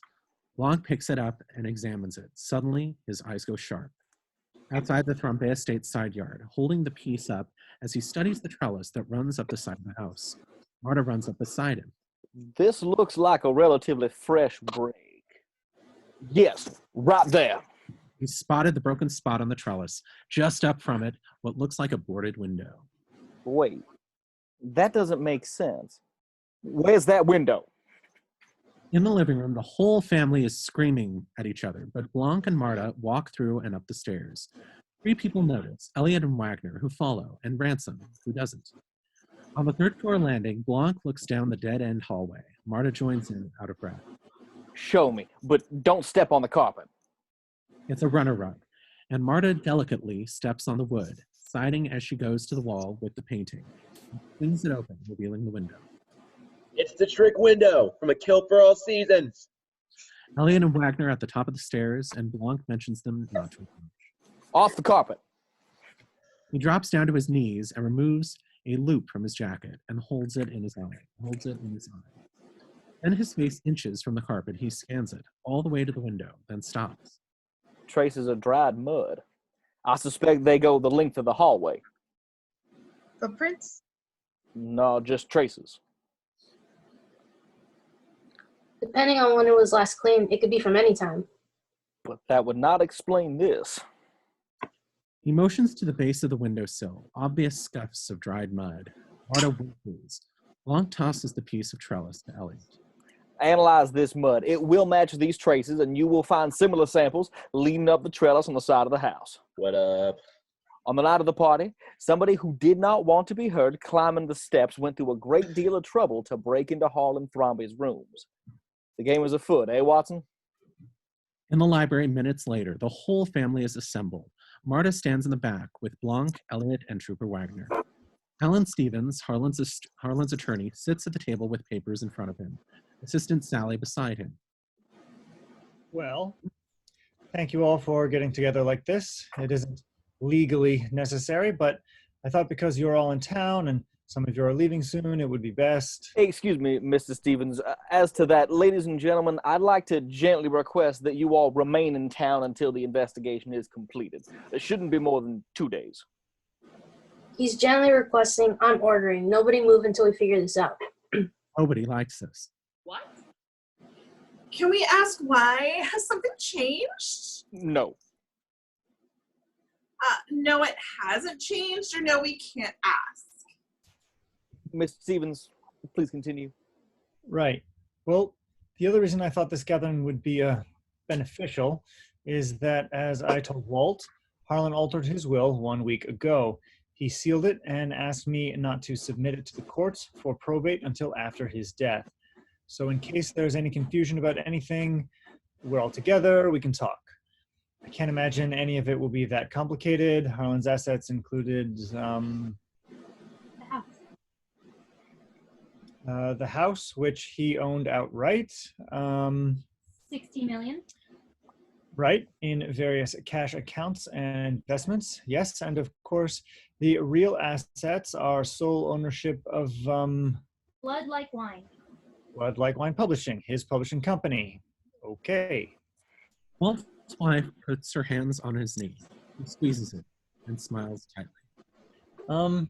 He did write up a statement when he made the recent changes. He wanted it read first. So, some of you may be surprised by the choice I've made here. No pleasure was taken in the exclusion, and its purpose was not to sow greater discord in the family, quite the opposite. Please accept it with grace and without bitterness. but do accept it. It's for the best. Gently condescending eyes shift to Ransom. Linda sees this and puts her hand on her son's hand. He immediately gets up and moves to a chair in the corner. Ellen's assistant hands him an envelope and he removes a single sheet of paper with one short typed paragraph. Okay, so, not complex at all. This will be quick. I, Harlan Thrombey, being of sound mind and body, yada yada, my assets both liquid and otherwise, I leave in their entirety to Marta Cabrara. My entire ownership of Blood Like Wine Publishing, I leave in its entirety to Marta Cabrara. The copyright of its catalog, likewise, I leave in its entirety to Marta Cabrara. The air around Marta's head goes away. The room spins. She's not sure what's happening. Blanc is looking at her. The whole family is looking at her. Walt bursts out of his chair and grabs the will. No. No. No, what? That can't be. That can't be right. The genuine shit. This can't be right. It's right. It's right. It's right. Donna begins to hyperventilate. She puts her head between her knees and breathes deeply. No. Alan, this can't be legal. We're his family. We're his family. Alan, he obviously wasn't something, but I don't know what, but something wasn't right. Is there safeguards against this? From the back of the room, slowly rising above the den of confusion and cursing, slowly drawing even Marta's deer in the headlights' attention, Ransom laughing. Weirdly, sincerely. Alan, there's a mistake. Mom, if it's what Granddad wanted. No, this is a mistake. This is ours. Ellen, take that piece of paper and shove it up your ass and get out. And you cops, out. They don't, but Ransom slips out, his childlike laughter trailing out. Linda. No, we need to talk and we need to fight this thing out and we're not going anywhere. Get out. We're the Thrombeys, damn it. This is still our house. A beat of silence, then all eyes go to Alan, who looks down at the will. His assistant Sally points helpfully. Sorry, there's, likewise, the house at 2 Dearborn Drive, and all belongings therein, I leave to Marta Cabrara. Linda goes for Marta. Little bitch. Did you know about this? What did you do to him to make this happen? Were you two what? Were you boinking my father? Marta recoils and stands back. Boinking? Linda? Anchor baby. Marta, Jacob, and Linda, please. Linda, please. Marta, you need to tell us, though. Yes, Marta. You need to tell us everything you know about this, and we need to talk about this. This isn't what Dad wanted. This is... Jesus, don't mob the girl. Let's talk about this. The whole family is coming towards her like zombies. Blanc takes her by the arm and steers her towards the door. I think heads have to cool a little. Maybe in the meanwhile, I'd run. Outside the Thrombeys estate, the front drive, Marta stumbles out of the house in a daze. Behind her, the entirety of the family floods out after her, shouting reassurances and questions, accusations, and a general din of confusion.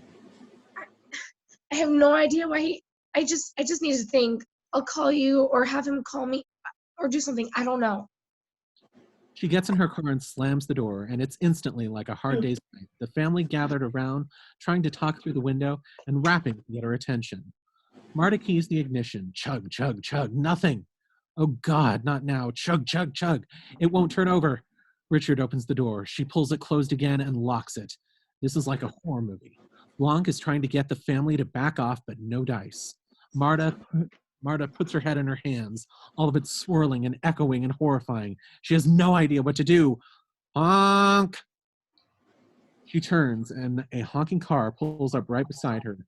And through the family crowd, she sees Ransom in his Porsche. Waving get in with no other option, she pushes out of her car and through the family and jumps in with him. As he guns it and careens out of the driveway, he shouts back at the family with a wave. I think this could be the best thing to happen to all of you. And they're gone. The family keeps shouting at each other. Blanc watches the Porsche recede, his expression unreadable. Ding! His phone is buzzing. He checks it. His expression darkens. The Ransom's porch, tearing down the private road away from the house. He's still laughing. She's still shell-shocked. Slowly, his laughter eases to a stop. A moment of silence. Okay, seriously though, what the hell? She shakes her head and looks at him. What the hell indeed? Outside the roadside family restaurant, the Porsche is parked out front. In the restaurant, tucked into a dark corner, Marta is miserable. Ransom is bemused, regards her closely. They sit in silence. A waitress sets a sausage plate. Can we get an extra bowl, please? You look like you're gonna pass out. Have you eaten all day? Eat. She joylessly shoves food in her mouth, starving. This is a nightmare. Uh-huh. So why? Why? Why? Hey, this is everything. There has to be a bigger reason why, and you know it. Well, Ransom, how about it had more to do with you guys than me? Yeah. Yeah, that's the only thing that makes sense. Marta is unexpectedly affected by this. The waitress breezes by and sets an empty bowl on the table. Did he tell you anything? Just that I wasn't getting a cent. He wanted you to build something from the ground up, like your parents. Something from the ground up, like my parents, yeah. My mom built her business from the ground up with $1 million loan from Granddad. My dad owns none of it, and my mom made him sign a prenup. He lives in fear. I know that's what Granddad wanted, to protect me from doing something like this, and I know I shouldn't say this out loud, and when he told me, Jesus Christ, I could have killed him. After I left the party, though, I was driving fast nowhere, just in the night, and I got this weird clarity that from here on out, I was going to have to do it for myself, and that felt good. The old bastard. Marta, I know 3 things. 1, I know he didn't commit suicide. What makes you think that? I don't think it, I know it. Because I knew my granddad. So you're not going to bullshit me because 2, I know lying makes you puke because of that Mafia game last 4th of July. Marta sinks back, suddenly nervous. And 3, I know that you just ate a full plate of sausage and baked beans. She looks down at her empty plate. Oh no. He pushes the large empty bowl in front of her. So, look me in the eye and tell me what really happened to my granddad. Her lip quivers. She looks like she might attempt it, but then tears drop down her eyes. You bastard. Ransom pulls the bowl away and puts his hand on it. Marta, tell me everything. Inside the Thrombey estate, that evening, the dusk settles heavy, warm light from the windows. There have to be options here.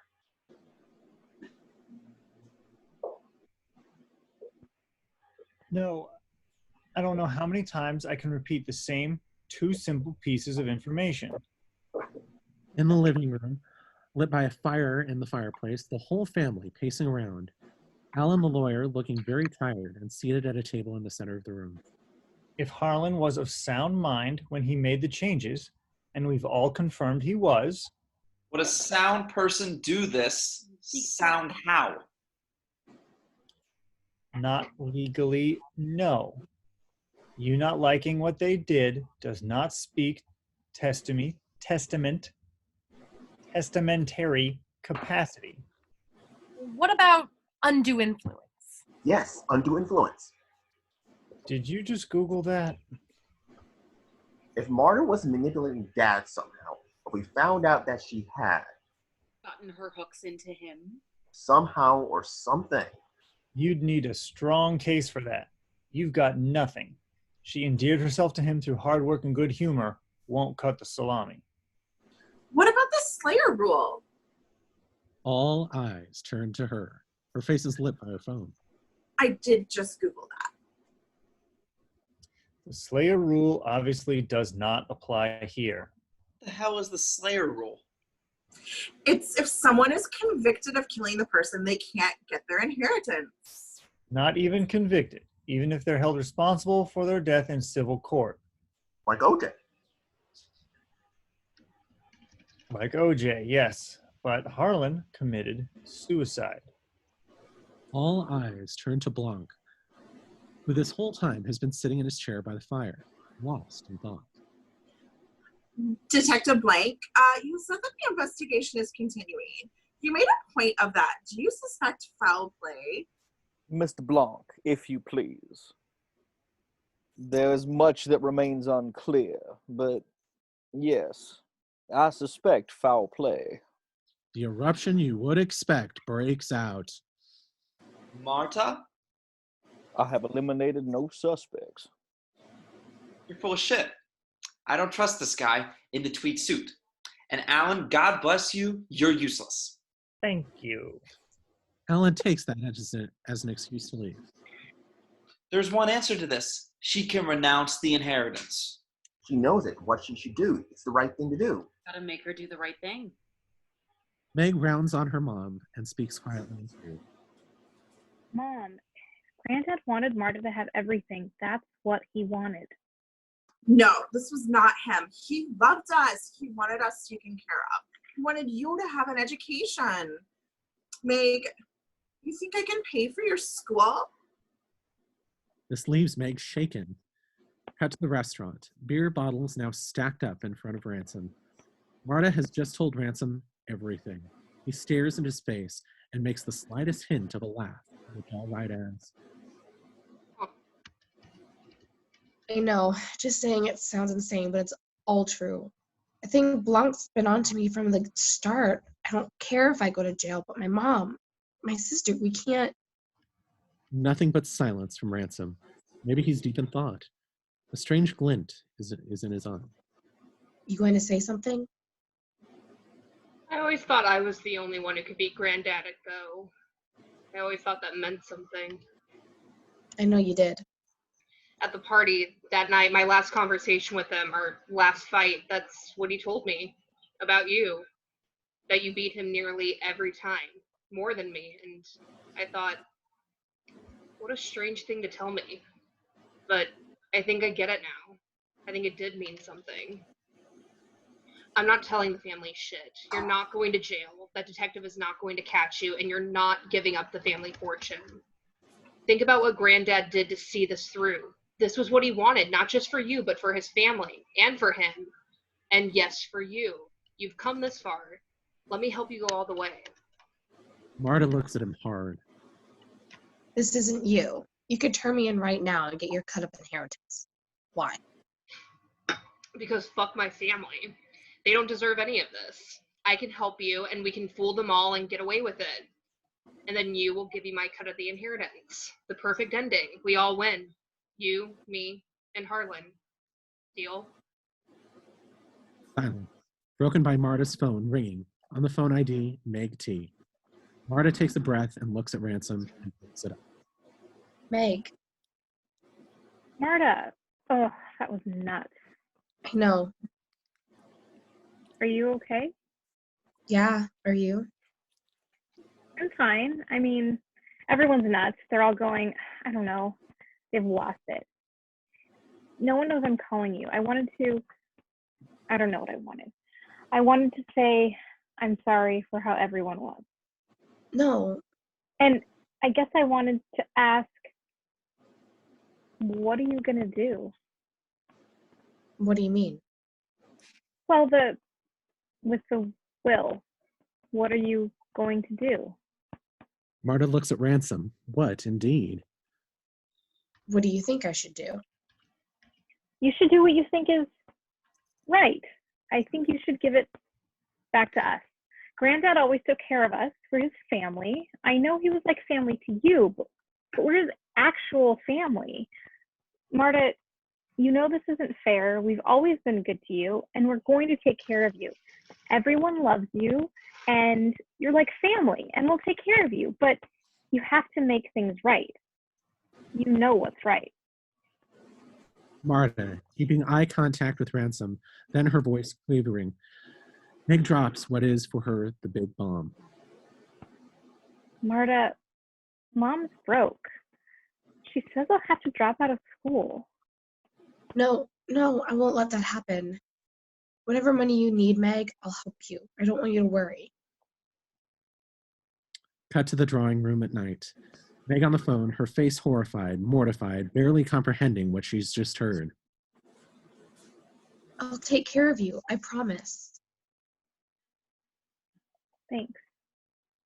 And once I get the... Meg hangs up, lets the phone drop from her ear, and with tears in her eyes. She turns to her whole family gathered behind her, silent and expectant. In the restaurant, Marta realizes the connection's dead, holds the phone in her hand like something delicate she just broke. Okay, then. Did the detective find anything suspicious at the house? Mud. Tracks upstairs where I broke in through the window. Identifiable prints? No. Good. Okay, good.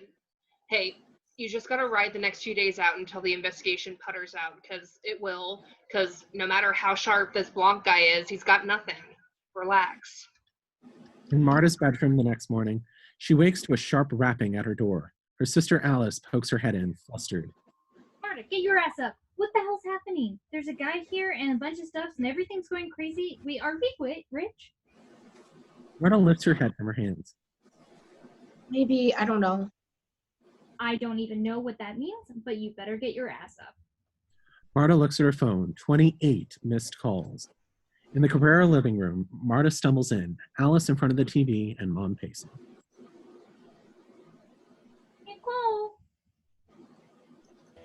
There we go. Oh my god, Marta, what is all this? What did you do? The TV is tuned to local news. An anchor stands outside their apartment building. We don't know much about Marta Cabrara or the exact relationship she had to Harlan Thrombey, beyond being his home nurse, and the Thrombey family has yet to release a statement. Is that here? Oh yeah, it is. Wait, is this true? Are we rich? Marta looks out the blinds, several local reporters down in the streets with their vans and cameras. Oh my god. In the front drive, Wagner's Prowler pulls up. Blanc gets out of the passenger side. Blanc nods to Wagner and the officer. In Greatnana's room, it is dim. By an open window stands Greatnana. Blanc enters. She turns. They look in each other's eyes. Good morning, Mrs. Thrombey. A long pause as he thinks of exactly the right word. Why is grief the providence of youth? I don't know. But I'd imagine that age deepens all feelings, including grief. This was a long walk to offering condolences for the loss of your son, and asking you if it isn't too presumptuous of me to not think too harshly of your family, if I am, as I suspect, the first to console you. They're young, aren't they? Blanc sits. One thing I do assume of age is weariness. Damned if I don't get more tired every day. Tired of what I do, following arcs like lobbed rocks. The inevitability of truth. But the complexity and the gray lies not in the truth, but what you do with the truth once you have it. Greatnana's eyes move slightly. I think you have something you want to tell me. I think you're very perceptive and very capable of telling me what you saw the night of your son's party. But I'll happily wait. I'm in no rush. I find it quite pleasant, sitting here with you. He reclines, not particularly looking at her. She looks back at him. Every now and then, a breeze swings the window shade. Head to the Cabrara living room. Lawyers were here. Very big lawyers, it looked like. And some other guys I didn't know. They left all of this for you, and business cards. So many business cards. And there was a pile of other stuff when I got home. Mom shovels some official-looking legal letter and courier envelopes into Marta's arms. Hey, I don't like this. I don't like it either, Mom. I'm slipping out the back. I'll be back later. Don't talk to anyone. In the apartment building hallway, dim and dingy, Marta comes out of their apartment door, then jumps, startled, at the end of the hall, lurking is Walt. Hey. Walt's eyes are rimmed red. His heavy cane taps. They're not sure what to do, so they awkwardly hug. Marta still has the envelope in her hands. How you doing? Well, I want you to know I didn't know about any of this. This is... I know you didn't. We all went kind of crazy yesterday. Understandable. You're so very important to all of us. I want you to know that. I haven't even looked at all this yet, this legal stuff. Is this from you guys? Marta thrips through the envelopes, squinting. It isn't from us. Maybe just local lawyers and accountants who saw the news and want to jump on it. I'd be careful of it all. One envelope sticks out, a blank, plain letter, sized envelope, no postage, no return address. Marta, is it your intention to renounce the inheritance? This is what Harlan wanted. Well, Harlan has put you in a very hard position here. It was unfair of him. Walt's hand is on his cane, gripping tight. You see, this kicks up with the press and the scrutiny, and with your mother. With my mother? Marta's mind straightens. What did Meg tell you? About who? You're missing the point. We're not attacking you with this. Marta, if your mom came here illegally, criminally, if you come into this inheritance with this scrutiny that entails, I'd be afraid that could come to light. That's what we're all trying to avoid here. Protect you from that happening, or if it happens. You're saying if it came to light with the family's resources, you could help me fix it? Yes, the right lawyers. You know those local guys, but New York lawyers, DC lawyers. Enough resources put towards it, yes. But there's no need it should ever even come up, but yes. Okay, good. Okay. Because Harlan gave me all your resources. So that means with my resources, I'll be able to fix it.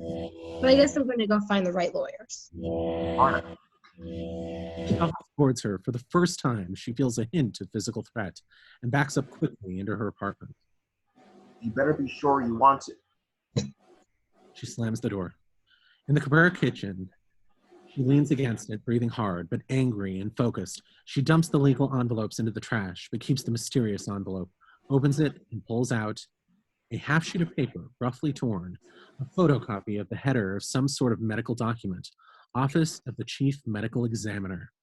Under that, a photocopy of a tag with her name on it, and handwritten in block letters at the top, I know what you did. Marta's phone buzzes, and she jumps. Caller ID, maybe B. Blanc. She hesitates, then sends it to voicemail. Looks at the mysterious letter in her hands. In the Ransom's living room, Ransom studies the mysterious letter. Marta pushes aside a stack of New Yorkers and sits on the couch. Well, I don't know where this is from. Indicating the tag photocopy with her name. It's my medical bag tag. They have my medical bag for some reason.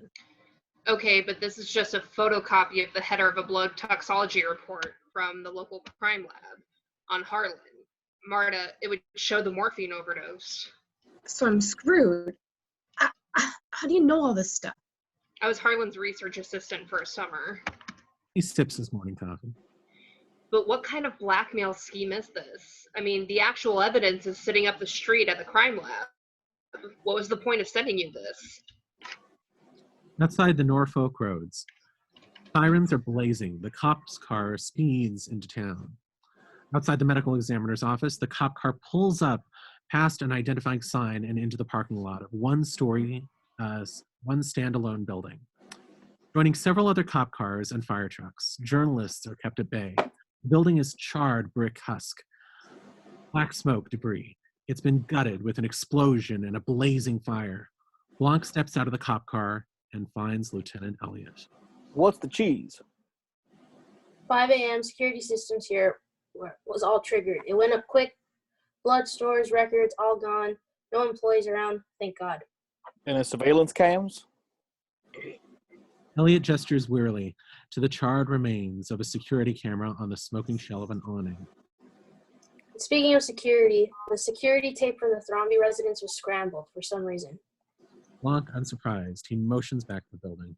What was still pending from the autopsy? The report on the blood work.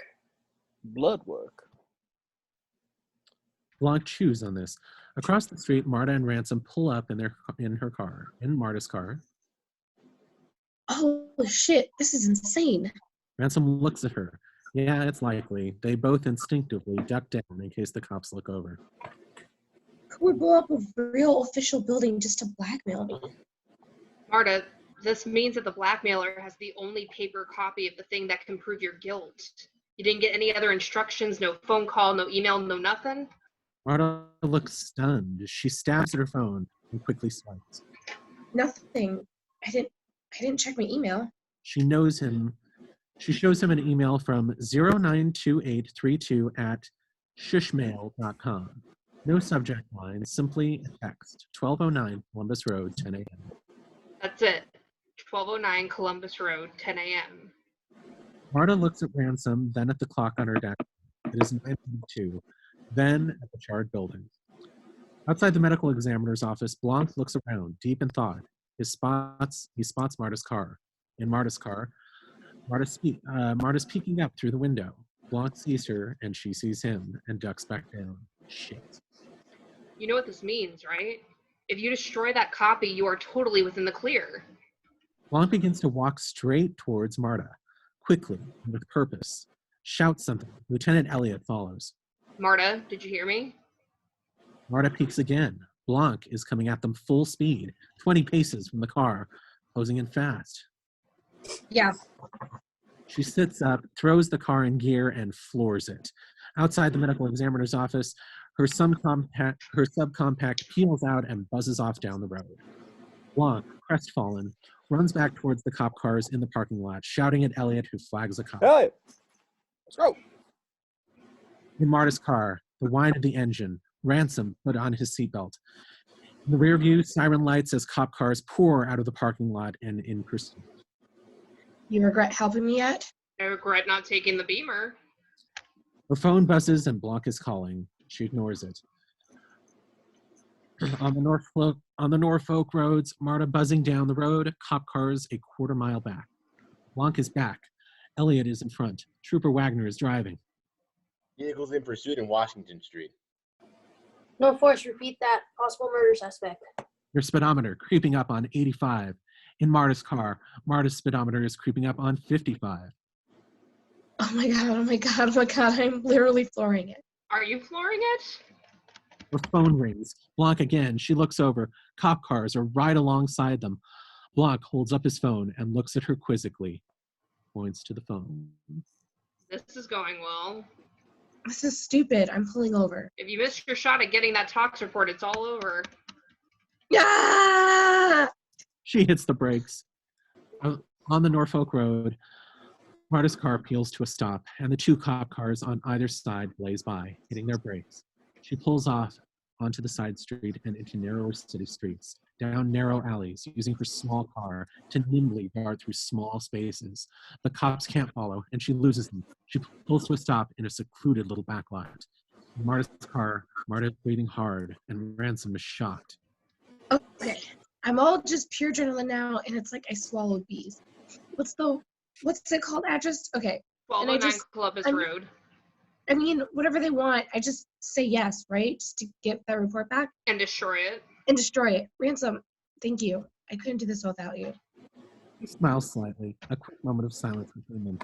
Then, rap, a Ransom car window. Blanc, standing right outside, Marta looks in her rear view mirror, and the cop car has pulled up slightly behind them. Another pulls up in front. In the parking lot, Ransom and Marta step out of the car, hands raised for some reason. That was the dumbest car chase of all time. Put your hands down. I spoke to Annetta Thrombey, Greatnana. The night of the party, she saw someone climb the trellis of the 3rd floor. Mr. Drysdale, come with us, please. Elliot leads Ransom off by the elbow. Ransom throws a look back at Marta. He has no idea what's going on. What's going on? Ransom came back, she said. I don't know what he came back to do, but we'll find out. Marta looks at Ransom. Oh no. Senile Greatnana thought she was him. This is a mistake, but she glances at her watch. It's 9:51. Did he ask you to drive when he saw me coming? Ransom's being led to the police car. Marta decides. Yes. Marta gets back in her car. She pretends to take a sip from an empty soda cup. but actually spits up a little into it. Blanc, come with us. I'll drive with Marta. Marta's horror, Blanc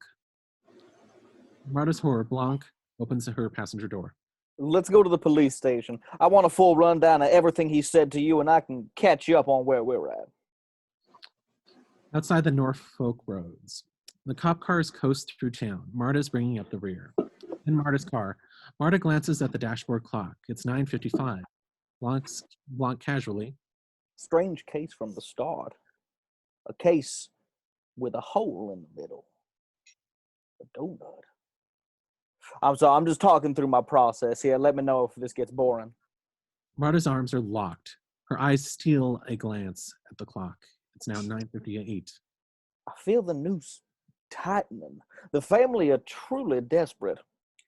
Desperate motives, the mystery of who hired me, the impossibility of the crime, and yet... Up ahead, a street sign, Columbus Road. Marta tenses. A donut. One central piece, and if it reveals itself, the fog would lift, the arc would resolve, the slinky become unkinked. Do you mind if I stop for a second? I need to pick something up. It'll be very quick. Sure. On the Norfolk roads, Marta's car makes a sharp turn, leaving the cop caravan. Cut to 1209 Columbus Road, a row of storefronts. 1209 is vacant. Marta's car pulls a few stores past it. She gets out of the car. I'll just be a few minutes. Marta runs into a bustling hair salon. In the back alley, Marta ducks out the back door of the salon and goes two doors down to 1209 and slips in the back door. In 1209 Columbus Road, it is dark, empty, lit only by the painted-over front windows. Marta edges her way in, and her eyes still adjusting from the sun. Hello? Her foot hits something on the dirty concrete floor. It's her medical bag. She kneels, picks it up gently. Next to where it was lying, she finds something else, curious, the burned remnants of a piece of paper. Only a charred corner remains. She turns her attention back to the room and creeps forward. Hello? Ahead, a silhouette, a person seated in a chair in the center of the room, silent, facing her. Listen, I don't know what you want. Whatever you want, we can work it out, but we have to figure it out right here, right now. And I'm leaving with that report. A beat of silence, nothing. Something's not right here. Hello? Marta takes a step closer and lifts her phone and turns on its flashlight, illuminating the ghostly face of Fran, the housekeeper. Marta is barely breathing. Fran? A spider crawls across Fran's face. Marta stifles a scream and leaps back, sucking in air. A moment of stillness. Her phone buzzes. Blanc is calling. Marta ignores the call, frozen. Her eyes go to a white letter-sized envelope in Fran's hand, resting on her lap. Marta swallows and leans in carefully and quietly. For some reason, she slips the envelope from the lifeless fingers. Unsealed, she opens it, and it is empty. Before this can even sink in, a rattling, grating draw of breath. My God, and goes to her, checking a pulse, checking her eyes, lays her on her back. Fran sucks in a thin breath, her eyes finding Marta with her phone flashlight. Fran, can you hear me? Fran, give me a sign if you can hear me. You. Me. Fran, it's Marta. You called me here. You sent me the email. I'm here. I'm going to call an ambulance and you're going to be okay. But can you tell me what happened? Did you take something? What's happened to you? Weak, Fran grabs Marta's wrist and Marta focuses on her. Copy. What? Stashed. These words are barely given breath. Did this. Won't get away with this. Her eyes seize. Her breath gets ragged. Marta is paralyzed with shock and fear. Fran is dying. Marta looks at the medical bag in her hand, then at Fran, struggling with her final breaths, eyes wide with fear. She takes a step back from dying Fran, fingers tied around the medical bag, letting her die. But then, decision. No. Marta dials 911 on speaker, drops to her knees, and starts administering mouth to mouth. 911, emergency. At 1209 Columbus Road, Blanc is sitting in the car, singing softly to himself. Sometimes I stand in the middle of the room, not going left, not going right. Taking so long, and then sirens as an ambulance pulls up 2 doors down. EMTs run into the abandoned storefront. Oh, Lord. Hard cut to the interior of the hospital waiting room. Marta and Blanc are sitting silently in the fluorescent lit waiting room. Marta with her face in her hands. Blanc is on his phone, mostly listening. All right, my friend. Thank you for the update. No, I'm here with her. No need for that. I'll bring her once we get word the housekeeper's stable. It's still touch and go. All right. He hangs up as Marta looks to him. This is over. People are getting hurt. I'm going to tell you the truth.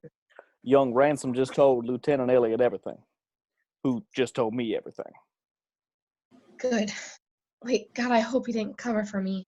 Did he tell you the real truth about me switching the... Yep. And the disguise and all the... Yes. And the blackmail with the... Mm. But why did Fran take my morphine?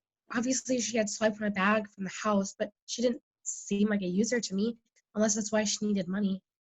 I don't know, it doesn't matter. I should tell the Thrombeys myself. I feel like I owe that to them. I don't think that's a good idea. No, I need to do it. I won't do any of this if I can't do that.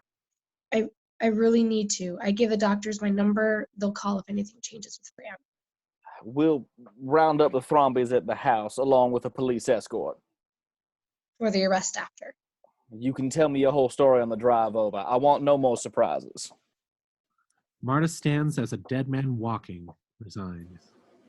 On the Norfolk roads, Marta's car drives through the scenic countryside. Inside, we see but don't hear her telling a long story to Blanc, who looks at the passing countryside, brow knit. At the Thrombey Estate front drive, all the family cars are there, along with 2 police cruisers, as Marta pulls up.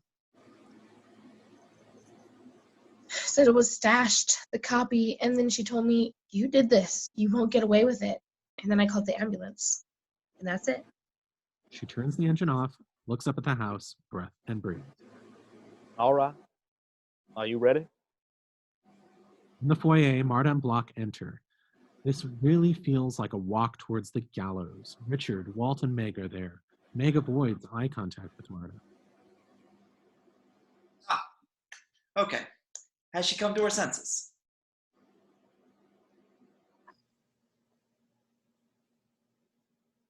You're muted. All right.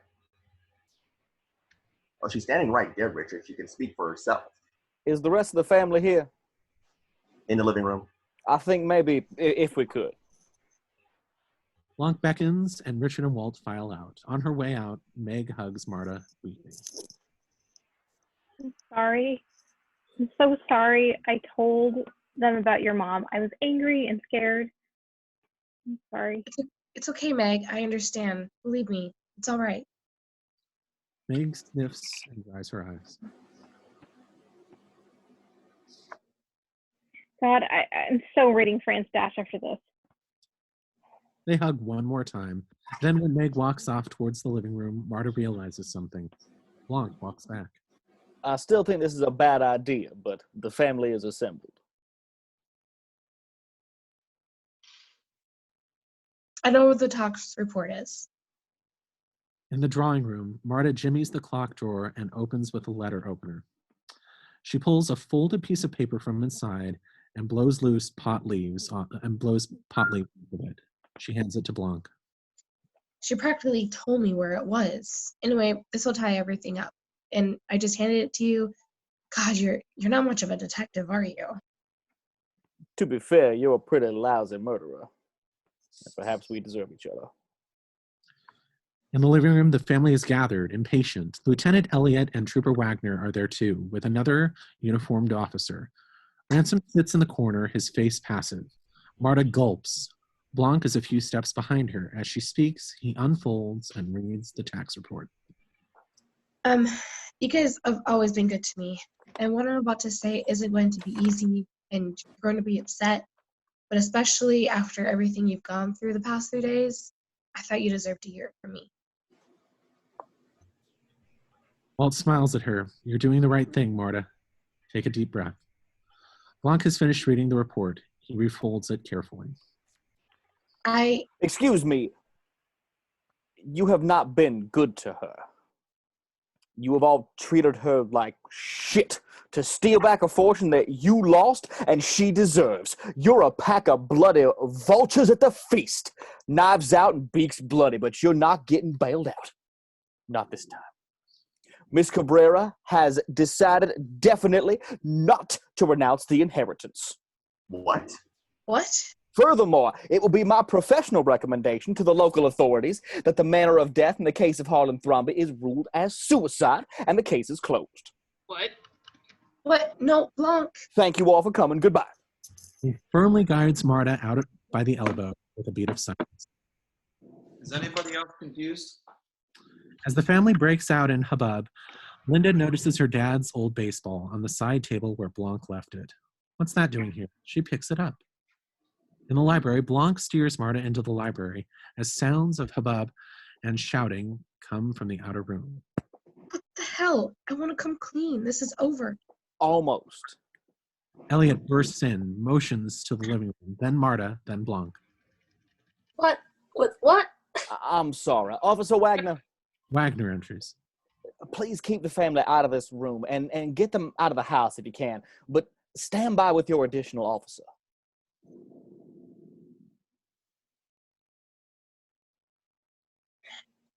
Matt, you're muted. So muted. He's still going. I don't know. I'm sorry, guys. There you go. I was following and hold on. What page? 104 or 105. Cool. Oh, awesome. Get the family out. Is that where I'm? Stand by with your additional officer.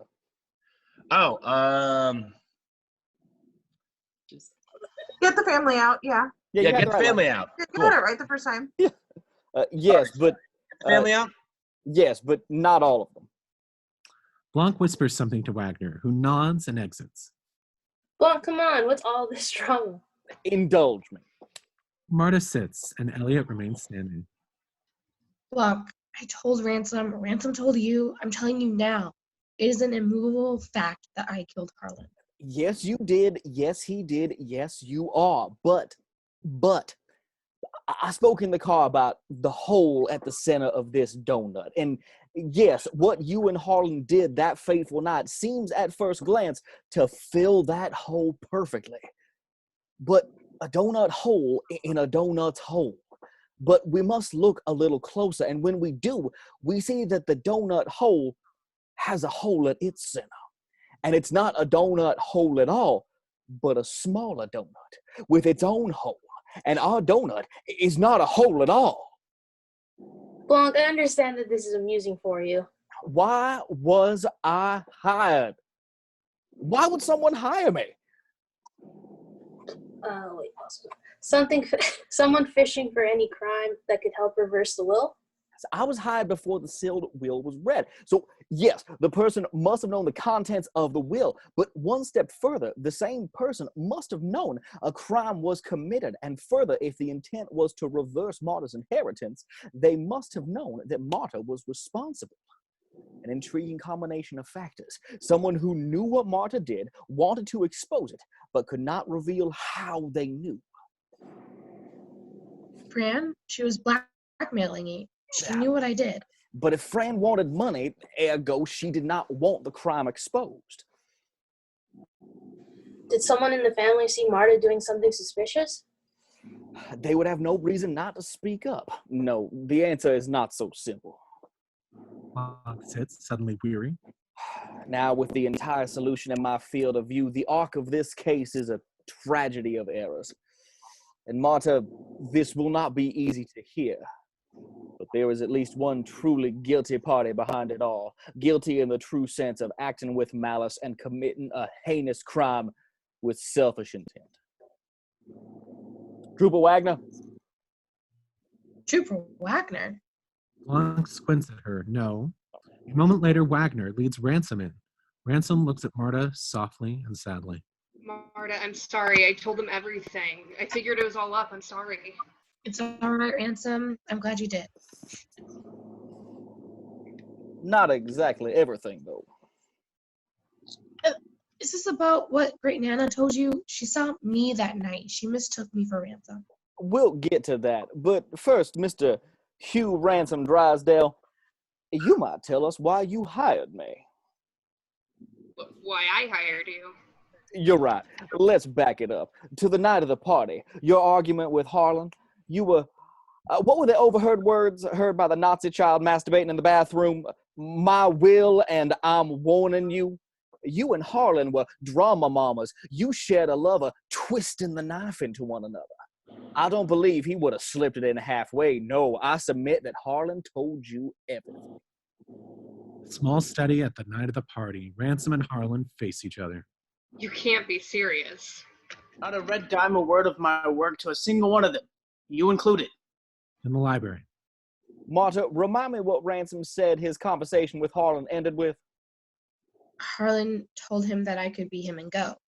And I asked myself, Marta, why would the topic of the will have steered around to Marta? There is one obvious explanation. Cut to the small study at the party. You are not this crazy. You would not just throw your fortune away. No, I'm giving it to Marta. All of it. To your Brazilian nurse. Are you goddamn insane? I'm sane for the first time in my life. I'm going to stop this. Harlan, To my will, it's done. I'm warning you. Push to a vent in the wall in the library. That is some heavy-duty conjecture. Granted, but it's the only way what comes next makes sense. So you storm out, you drive off into the night. You tell Marta later of, what was it, feeling an overwhelming sense of... clarity. That he has to make do for himself here on out. Exactly. On the Norfolk roads, night of the party, Ransom's Porsche skids to a stop on the side of the empty road, and he sits idling. Marta, the will, Harlan. You won't get away with this. Do for yourself. And a plan forms. A beat. Then the Porsche roars into a skidding U-turn and drives back the way it came.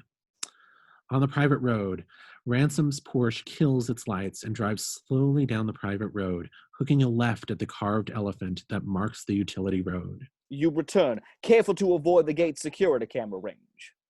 In the woods, the Porsche is parked. Ransom hacks his way through the woods. Then on foot up towards the house.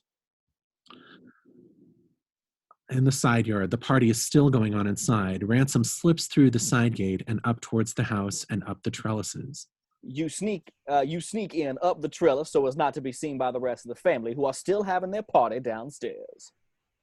On the landing, the painting wall swings aside, and Ransom climbs through, leaving mud traces on the sill of the carpet. He heads straight down the narrow hall and into Harlan's bedroom, the party dim from downstairs. What you need to do will take moments, but it is essential that you are alone and undetected. Ransom disappears into the darkened hallway. You knew the medications Harlan took. You knew what Marta would be injecting him with that night, and you knew if Marta was responsible for his death, even unintentionally, the Slayer rule would nullify the changed will, and you would get your share back. In Harlan's bedroom, it is dark and still. Marta's medical bag is open. Ransom has unwrapped 2 syringes and has the 2 vials out, the Toradol and the morphine, the good stuff. Using the syringes, he extracts the liquid from both vials and then injects the liquids back into the opposite vials. He has switched the medications. You use the syringes and the kits to switch the liquids in the 2 medication vials. And as a final precaution, you take the naloxone, the life-saving antidote. Placing the vials, he takes an injection pen and closes the bag up and leaves. In the library, Marta is stunned. She can't even process this. No, that's impossible. It is the truth. Hand me that vial of morphine. I'll show you. Blanc has placed 2 identical vials on the table behind Marta. Her mind is still spinning. She glances at him and takes one and absently minded hands it to him. If he did that, if the meds were switched, then when I got them mixed up, I accidentally switched them back. But then I gave Harlan the correct doses. Yes. But not accidentally. I taped over the labels of these 2 vials. Blanc shows white tape over the one she just handed him and picks up the other vial and shows the same. The vials themselves are identical. How did you know this was the morphine? I just knew. You knew because there was the slightest, almost imperceptible difference of tincture and viscosity between the liquids. You knew because you had done it 100 times. You gave him the correct medication because you are a good nurse. Then Harlan was... I'm sorry, Marta. But yes, Harlan was perfectly fine. He unfolds the tax report and hands it to her. His blood report was normal. The cause of death was truly, solely suicide. And you are guilty of nothing but some damage to the trellis and a few amateur theatrics. In fact, if he had listened to you, he would be alive today. Marta is white as a ghost. She shudders and buckles over. Hot damn. A twisted web, and we are not finished untangling it. Not yet. Marta, when Greatnana spotted you climbing down the trellis, she said... Marta, facing Greatnana, says... Ransom, are you back again already? Are you back again already? Because earlier that night... Cut to the exact same scene, but Ransom hops down off the trellis and is startled by Greatnana staring at him. Ransom, you're back. He puts his fingers to his lips. Shh. Blows a kiss as he walks off into the night. In the library, Marta, with her fingers on her temples, still is unbelieving. Marta, come on. This is stupid with 2 O's, and you don't have a shred of evidence. You're just spinning a fairy tale. Not a shred, no. Just as we have no real proof of Marta's mixing up the vials, so it's your word against... You have her confession. The sharpness of this makes Marta look at Ransom for the first time. All right. We do have that. If you'll indulge me, I'd like to spin a little further. The Thrombey Estate side yard is moonlit and silent. Much later that night, you would have to come back to the house to break back in and retrieve the incriminating tampered vials. A dark figure, Ransom, approaches the side gate. When he opens it, the 2 dogs come bounding across the lawn, barking loudly. However, this time, the dogs were outside. They barked, waking Meg. A light goes on upstairs. The dogs keep barking, paws on the gate. Ransom backs off. No matter, you'll get the vials tomorrow. In the library? But tomorrow brings news not of a medical error and guilty nurse, but of a slit throat and a suicide. Ransom's apartment in the living room. Nervous Ransom tears a clipping from the local newspaper, but Harlan's death he stuffs it in an envelope with a huge fold of cash and addresses it to Blanc, the New Yorker profile open on the couch. Now the circumstances are perfect for the anonymous hiring of me. You know a crime has been committed by Marta. You need her to be caught for it. You cannot reveal how you know. In the library? Enter Benoit Blanc. Elliot can't help rolling his eyes. Oh, where am I? Benny, look, I hear what you're saying. Trooper Wagner quickly shushes Elliot, enthralled by every word Blanc is saying. The body was discovered early the next morning. The police, the medical examiners, the family, everybody swarms in, and there's no possible way for you to get to Marta's medical bag to remove the vials. You must wait for your moment when the investigation is over and you know the house will be empty, and that is why you missed the funeral. On the 3rd floor landing, in flashback, Ransom bounds up the stairs, climbs under the police tape, blocking Harlan's study, and enters. There's no one home to wonder why you're going into Harlan's study, or so you think. Fran comes around the corner and spots Ransom and is about to say something but doesn't. Poor Fran. She witnessed you tampering with Harlan's medication in the medical bag. She did not know what you were doing, but she knew you were up to no good. And so her mind begins to turn. Ransom pockets the 2 incriminating vials from the medical bag and replaces the naloxone pen. When he stands to go, she retreats.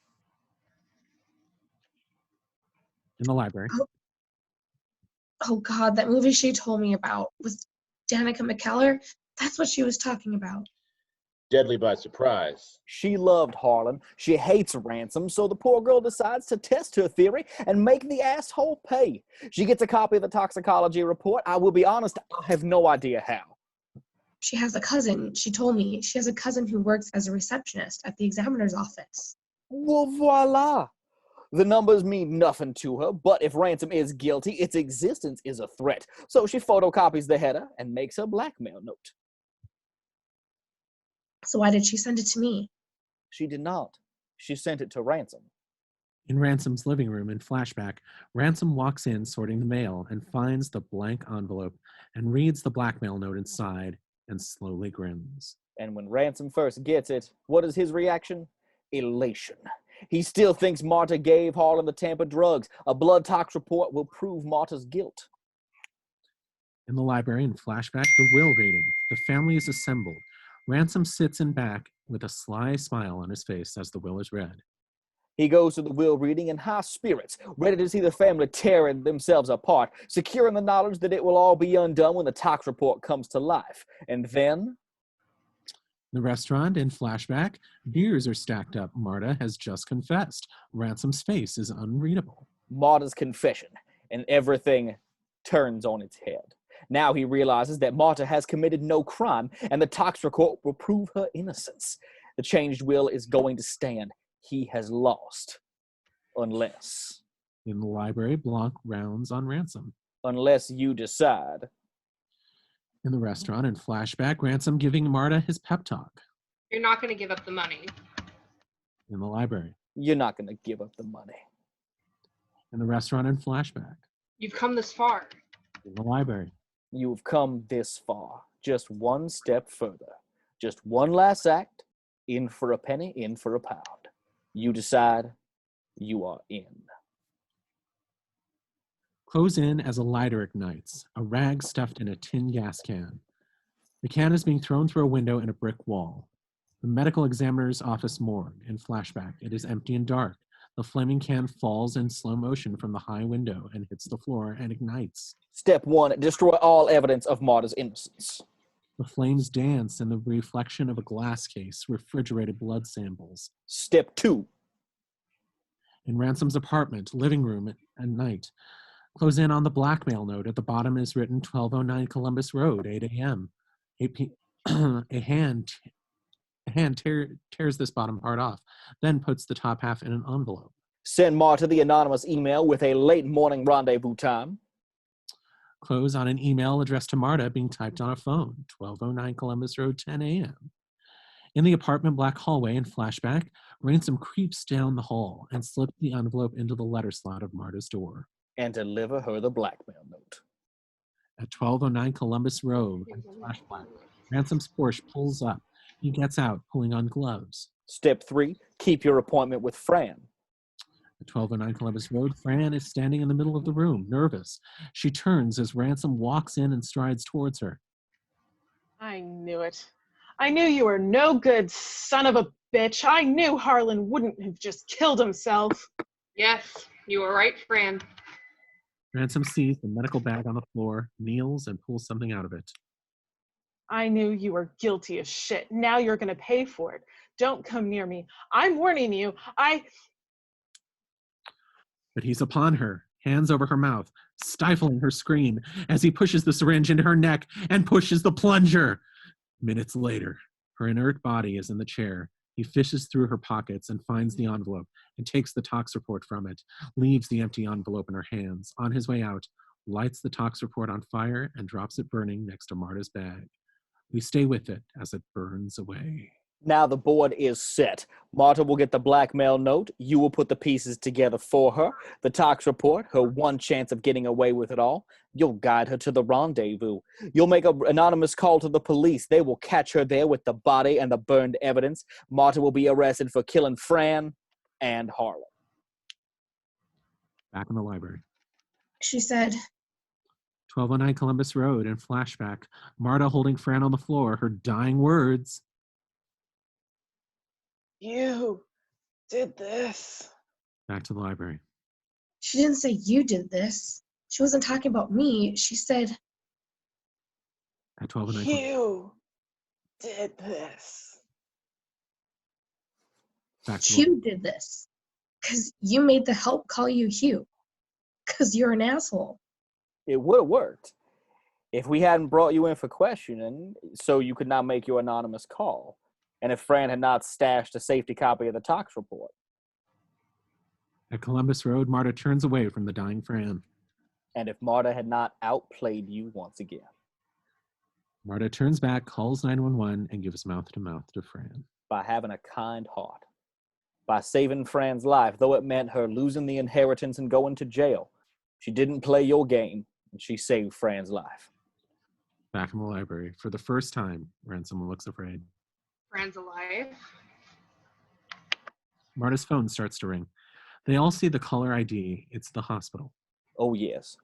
Fran, who will confirm this fairy story or something close to it, and will send you, Hugh, to jail. She puts the phone to her ear. Yes. A long beat, then her face breaks in relief. Yes. Thank you, doctor. That's great news. We'll be there soon. She hangs up and smiles with radiant joy. She's okay. She's ready to talk. Ransom stares at Marta, his face a mask.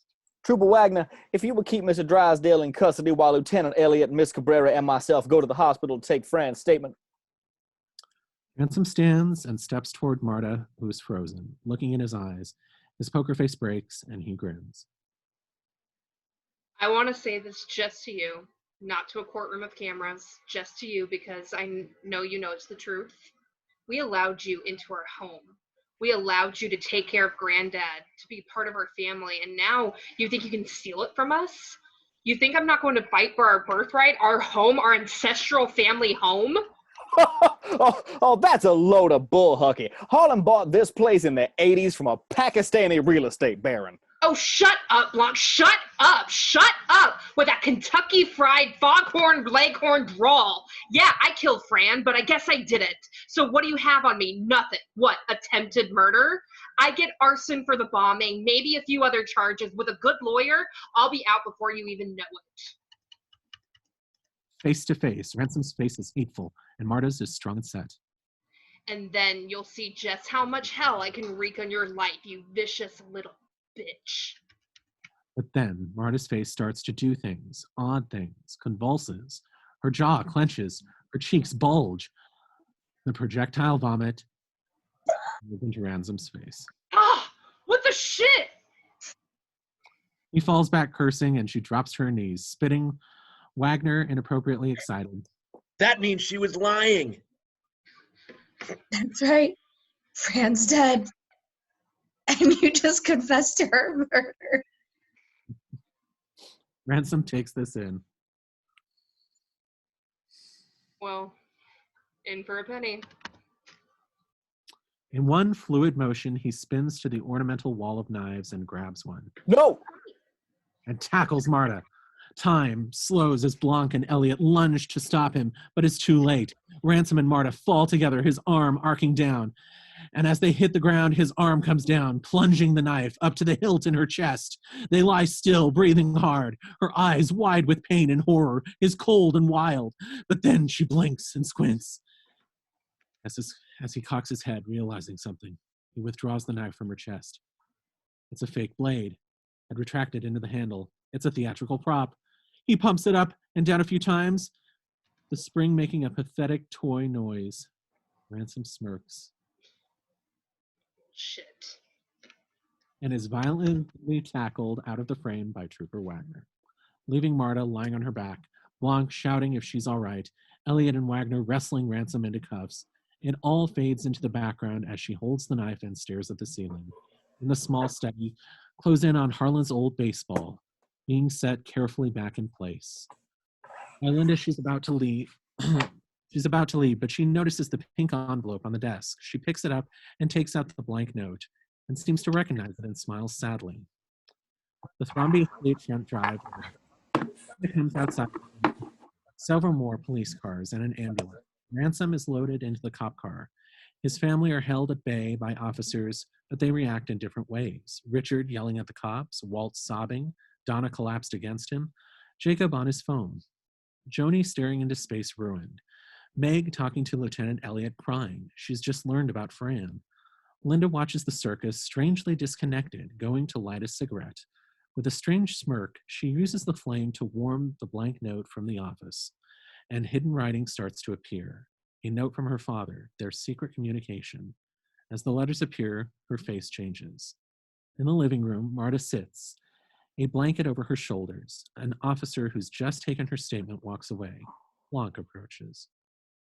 Can I ask, at what point did you suspect I had something to do with Harlan's death? Oh, from the moment you first set foot in front of me. He taps her shoe, the tiny faded spot of blood. Oh my God. I want you to remember something very important. You won not by playing the game Harlan's way, but yours. Through the window, she sees the family outside. I should help them, right? I have my own opinion, but I have a feeling you'll follow your heart. He gives her a wink and strolls off. In the foyer, Marta shuffles to the front doorway. One last glance at Harlan's portrait, its grin now gentle and content. On the front porch balcony, she stands on the threshold, sees Blanc get into the front door of a cruiser, and it drives off. Ransom in the back. He looks back at her through the window. The family out on the lawn, not sure where to go or what to do. They all turn to see Marta, standing very small, but somehow not, in the doorway of her house. Ladies and gentlemen, that is nice all around. Oh, yes, you have We did it, guys. We did it. We saved the city.